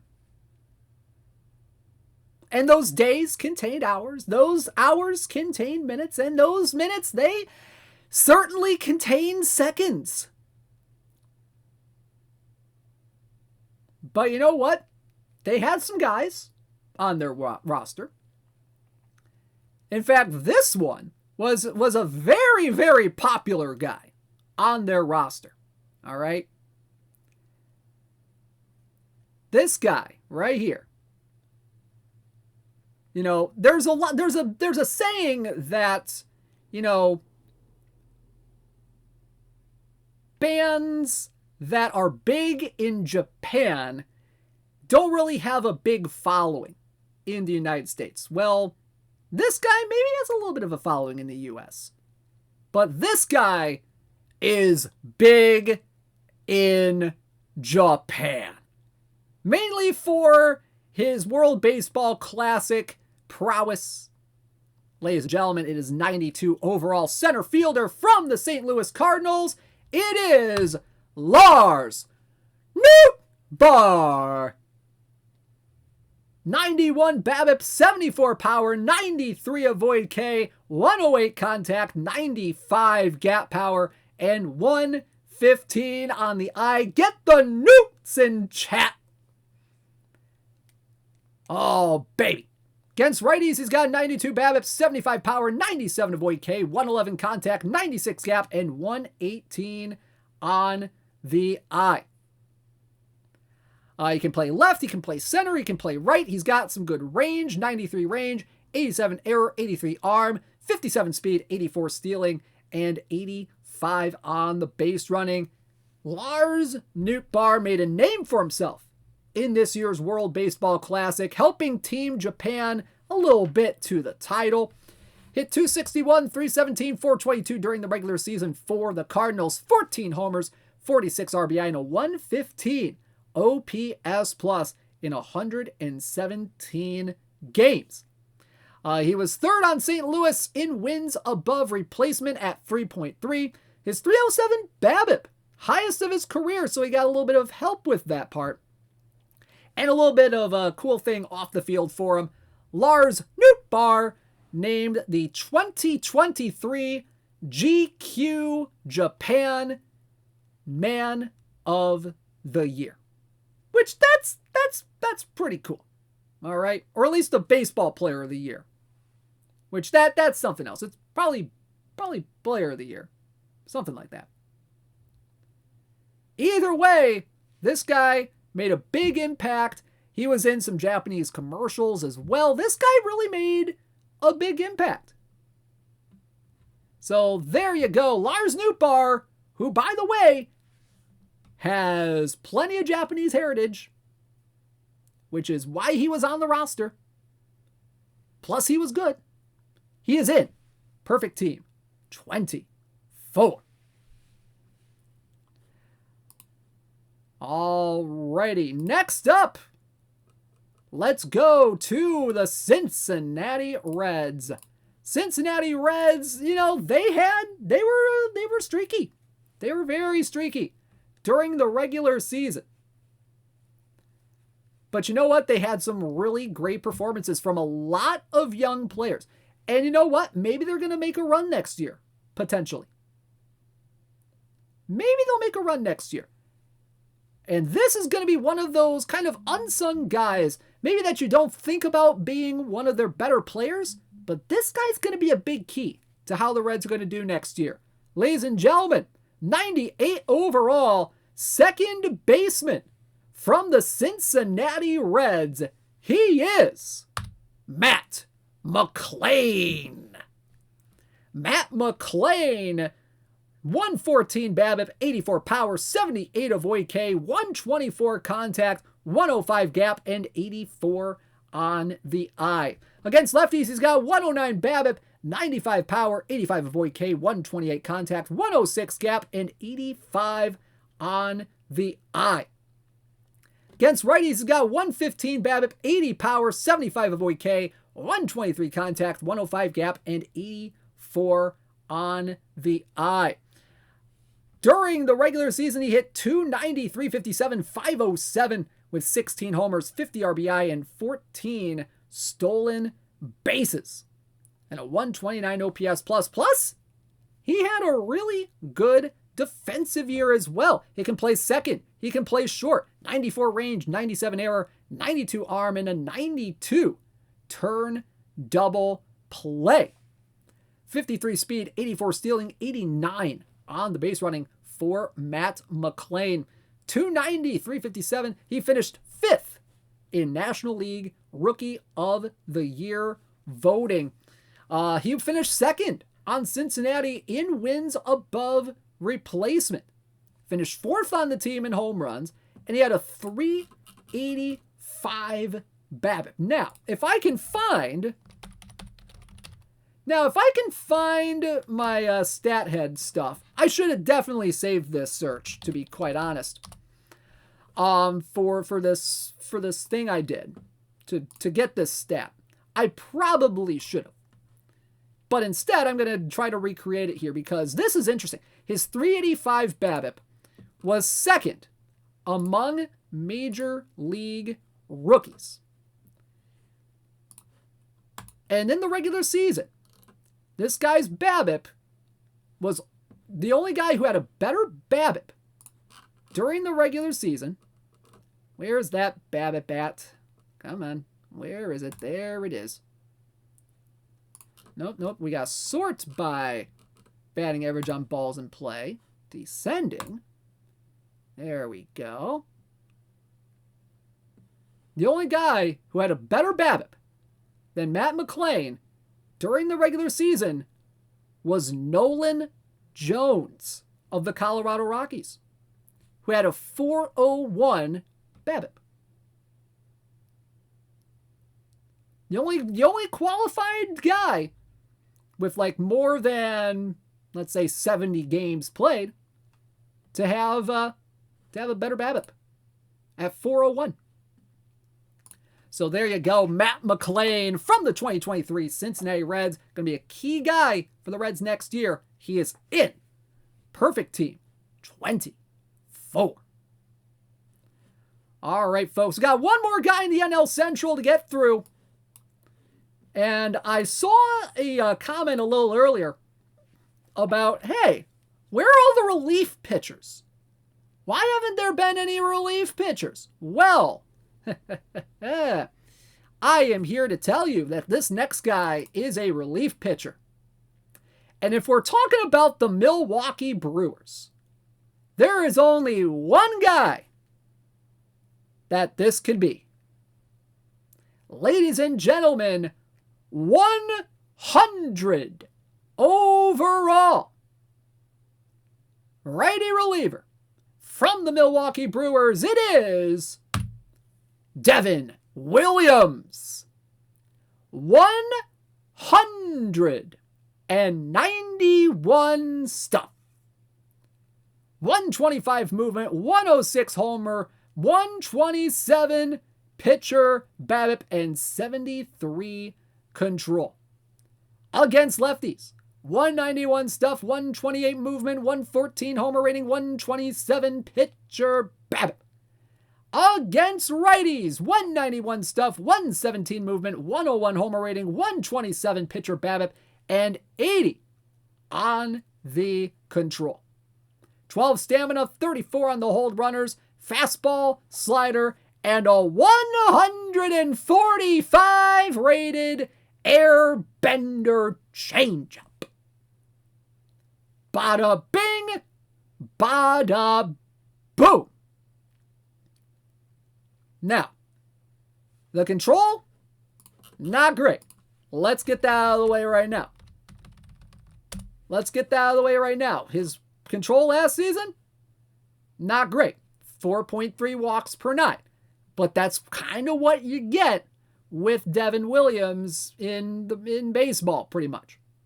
But this year, 61 games, 58 and 2/3 innings, 36 saves, a 1.53 ERA, lowest in a non-shortened year, 13.3 strikeouts per nine. A little bit of a step back from last year's 14 Ks per nine rating, but .920 WHIP, lowest in a non-shortened season, 2.66 FIP as well. He was the 2023 National League Reliever of the Year. He was an All-Star. He received some MVP votes as well. And he was 6th among National League relief pitchers in strikeouts, with 87 of them, 5th in strikeouts per nine among NL relievers, and with a minimum of 40 games, he allowed the lowest OPS among MLB relief pitchers. Among all between American League and National League, 456 OPS allowed. That is something else right there. So there you go, Devin Williams. This is going to be an interesting guy. Interesting reliever option for a lot of guys here. And he is in. Perfect team. 24. All right, we got 5 more cards to go, and they all come from the NL West. And we're going to start out in Colorado. Folks, Colorado was a team. They certainly had 26 guys on a roster at any given point. And you know what? Good for them on that. They deserve 26 guys on the roster. This guy was certainly one of them. He was kind of an unsung hero, kind of a weird player for the Colorado Rockies. All right. This guy, a really, really weird guy, because this guy might be the best defensive outfielder in Colorado history. Ladies and gentlemen, 80 overall center fielder from the Colorado Rockies, it is Brenton Doyle. Brenton Doyle, 106 outfield range, 99 error, 98 arm. He can play all 3 outfield positions. And he's got 86 speed, 95 stealing, 102 on the base running, 109 on the sac bunt, 106 on the bunt for hit. Now you can take a look at the batting and see that, he's got 89 BABIP, 63 power, 49 avoid K, 85 contact, 94 gap, and 65 I. But that is not what matters with this card right here, because it's the defense. It is the defense, because holy cow, this guy, 2.2 defensive WAR, tied for the best mark in Colorado. And in terms of defensive runs saved, 19 defensive runs saved. Makes him probably the best defensive center fielder in Colorado Rockies history, in team history. And according to Baseball Savant, He was 99th percentile on defense in a lot of categories. This guy was a defensive vacuum out there in center field. Holy cats.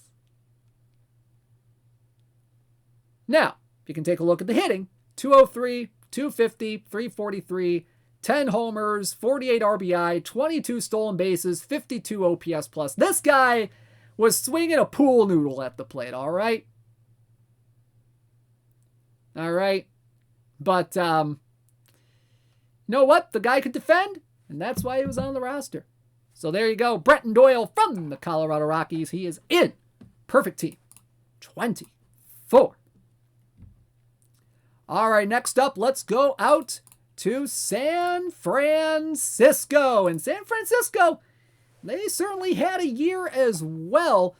Obviously, some regression from the last couple of years, but they also had some really elite performances from their team.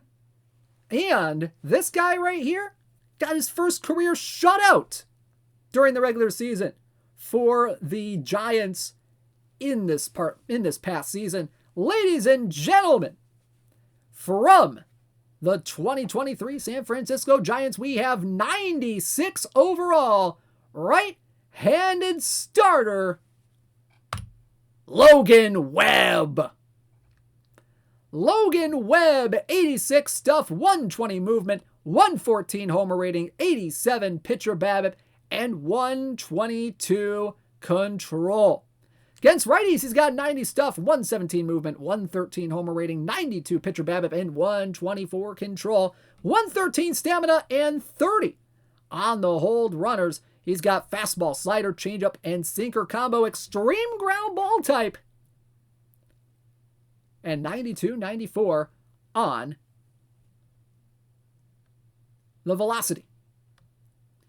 Logan Webb this year, 11-13 record with a 3.25 ERA, 8.1 strikeouts per nine, 1.3 walks per nine, and a 1.30 ERA plus. Finished second in NL Cy Young voting. He was that good during the regular season.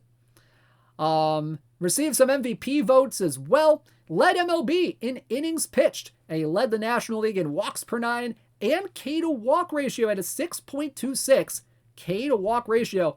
That's pretty darn good. And of course, on July 9th, he pitched his first career shutout. He also had 2 complete games in total during the regular season, so hence the 113 stamina way up there. Now, the pitching BABIP's a little low. Tell him to get a better defense behind him because Brandon Crawford just retired, so get a better shortstop. Anyway, Logan Webb from the 2023 San Francisco Giants. He is in. Perfect team. 24. All right, we got 3 more cards left to go. 3 more cards left to go, and they are all perfect cards. And we start out in Arizona. And oh boy, Arizona. I mean, who else could we have as a PT Elite card? Crawford retired? I think Crawford retired. Or at least he's not going to be with the team anymore. Or something like that. I don't know. But either way, this guy, absolutely sensational. This guy is going to be an MVP someday. I bet you anything. Ladies and gentlemen, 100 overall right fielder from the Arizona Diamondbacks, and it is Corbin Carroll. Corbin Carroll, 119 BABIP, 92 power, 95 avoid K, 139 contact, 117 gap, and 94 on the eye. Against righties, he's got 122 BABIP, 95 power, 93 avoid K, 141 contact, 120 gap, and 95 on the eye. He can play all 3 outfield positions, 97 range, 109 error, and 84 on the arm. He's got 106 speed, 112 stealing, and 118 on the base running, 97 sack bunt, and a 90 on the bunt for hit. Man, oh man, Corbin Carroll. I mean, what kind of a season did he have? He had a phenomenal one. 285, 362, 506, 25 homers, 76 RBI, a 134 OPS plus, 5.4 wins above replacement. He was the 2023 National League Rookie of the Year. Finished 5th in NL MVP, and he was an all-star as well. Led the National League in triples with 10, and led Arizona in wins above replacement as well. He also became the first rookie in MLB history to have 25 homers and 50 stolen bases during a regular season. Absolutely fantastic player for the Diamondbacks. He has a bright future ahead of him, 100%. Ladies and gentlemen, Corbin Carroll is it. Perfect team. 24 as a PT Elite. All right, next up, we go to the LA Dodgers. The Los Angeles Dodgers, Los Doyers. And oh boy, they have a lot of players to choose from for this. 100% they have a lot of players to choose from for this. And you know what? I think we made a good decision with this one right here. Ladies and gentlemen, 100 overall from the LA Dodgers. It is first baseman Freddie Freeman. Freddie Freeman, 125 BABIP, 96 power, 110 avoid K, 153 contact, 124 gap, and 111 on the eye. Against righties, 125 BABIP, 95 power, 112 avoid K, 155 contact, 125 gap, and 114 on the eye. Against lefties, he's got 125 BABIP, 100 power, 102 avoid K, 150 contact, 120 gap, and 100 on the eye. Whoo boy! And this guy finished third in NL MVP voting. 72 speed, 106 stealing, 71 on the base running. He has 60 range, 81 error, 72 arm, and 52 turn double play on the infield. Whoo boy. Whoo boy. 331, 410, 567 on the slash line, 29 homers, 102 RBI, 161 on the OPS plus. Whoo boy. Led MLB in doubles, which that's a thing. Career high 59 of them.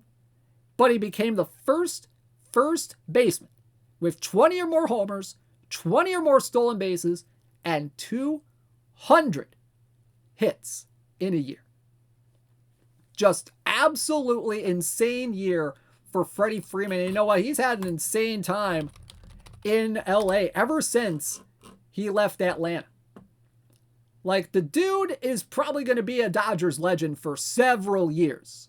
He's going to stick around for a long, long time in LA. Given that, you know, he has like, what, how many doubles now? 106 doubles in just 2 years in LA. 410 hits. He's hitting 328 for him in a couple of years. This guy is just absolutely insane right here.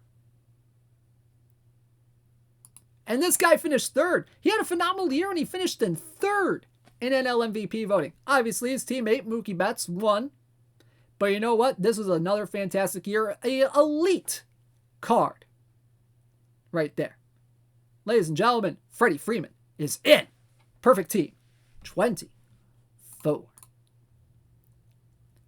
All right, folks, we have one more card to go, and it comes to us from the San Diego Padres. Yes, we go to the Padres for our final card of the evening. And there's definitely some options. There is definitely some options to have for this guy. Zephyr asks a good question in the chat.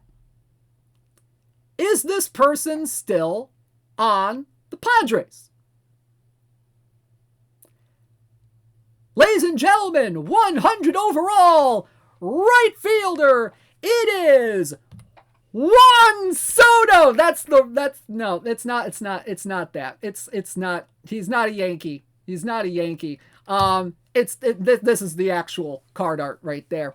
Ladies and gentlemen, Juan Soto from the 2023 San Diego Padres.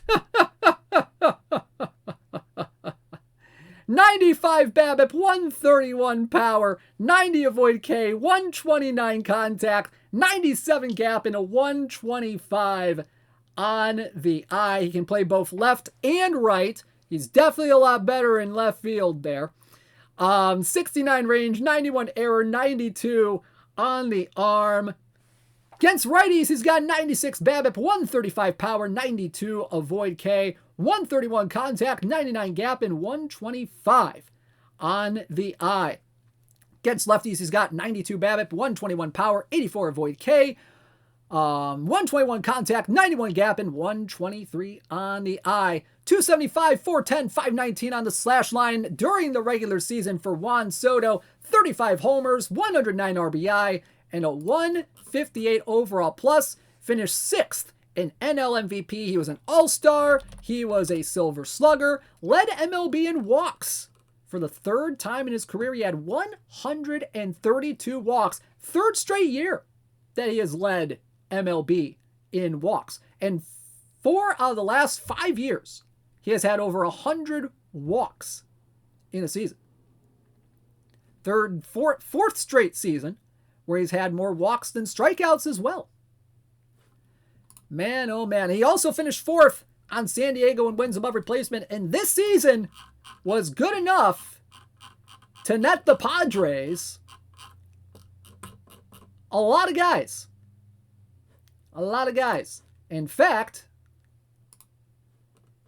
those were Michael King, Drew Thorpe, Johnny Brito, Randy Vasquez, Kyle Higashioka. Ooh boy, that's a return. That is certainly one of the returns of all time right there. Maybe it works out for the Yankees. Maybe it works out for the Padres. Who knows? Who knows? But you know what? Juan Soto, he is a fantastic player. Some might say an elite card. Juan Soto is it. Perfect team. 24. All right, folks. Whoo, we made it. We made it. There is all 30 cards for PT Elite, the live collection mission rewards. Whoo, boy. And like we mentioned, this is only the first set of PT Elite. There's going to be more coming down the line. They might come in the form of tournament rewards. They might come in the form of packables. There might be more mission rewards. Who knows? Who knows? Who knows? All right, before we sign off for the day, let's go ahead and congratulate our weekly leaderboard champs. For week number 35, the last period of the PTCS 8 period. In the Daily Iron, Man DT and the Madison Moundsman with 145 points leading the way. Daily Bronze, it was the Huseman 1 and the Tourney Card team with 85 points. Daily Silver, Robert Cat and the Denver Highlanders winning the tiebreak and winning the Daily Silver leaderboard last week with 135 points. Daily Gold, Jaylee Bay, LOL, and the Cosmo Canyon Elders with 114 points leading the way there. In the Daily Diamond, Waz, 77 in the Waz Saber-Toothed Tigers with 164 points led the way. Daily Open, it was Dunkaroo and the West Hartford Maxed Oysters with 104 points, winning the Daily Open last week. Daily Wildcard, it was Aster31 for the second week in a row with 131 points. Weekly tournaments, it was Ladora in the Midgar Materia, taking home first place with 183 points. In the Perfect Draft Daily, it was Snailman and the FFS Snails leading the way with 114 points. And PD Weekly, it was Red Eclipse and the Palatine Plutos winning with 92 points. So guys, thank you so much for tuning in to today's episode of This Week in Perfect Team. I will be back here on, Saturday. You know what? I'm going to go ahead. I'm going to call it now.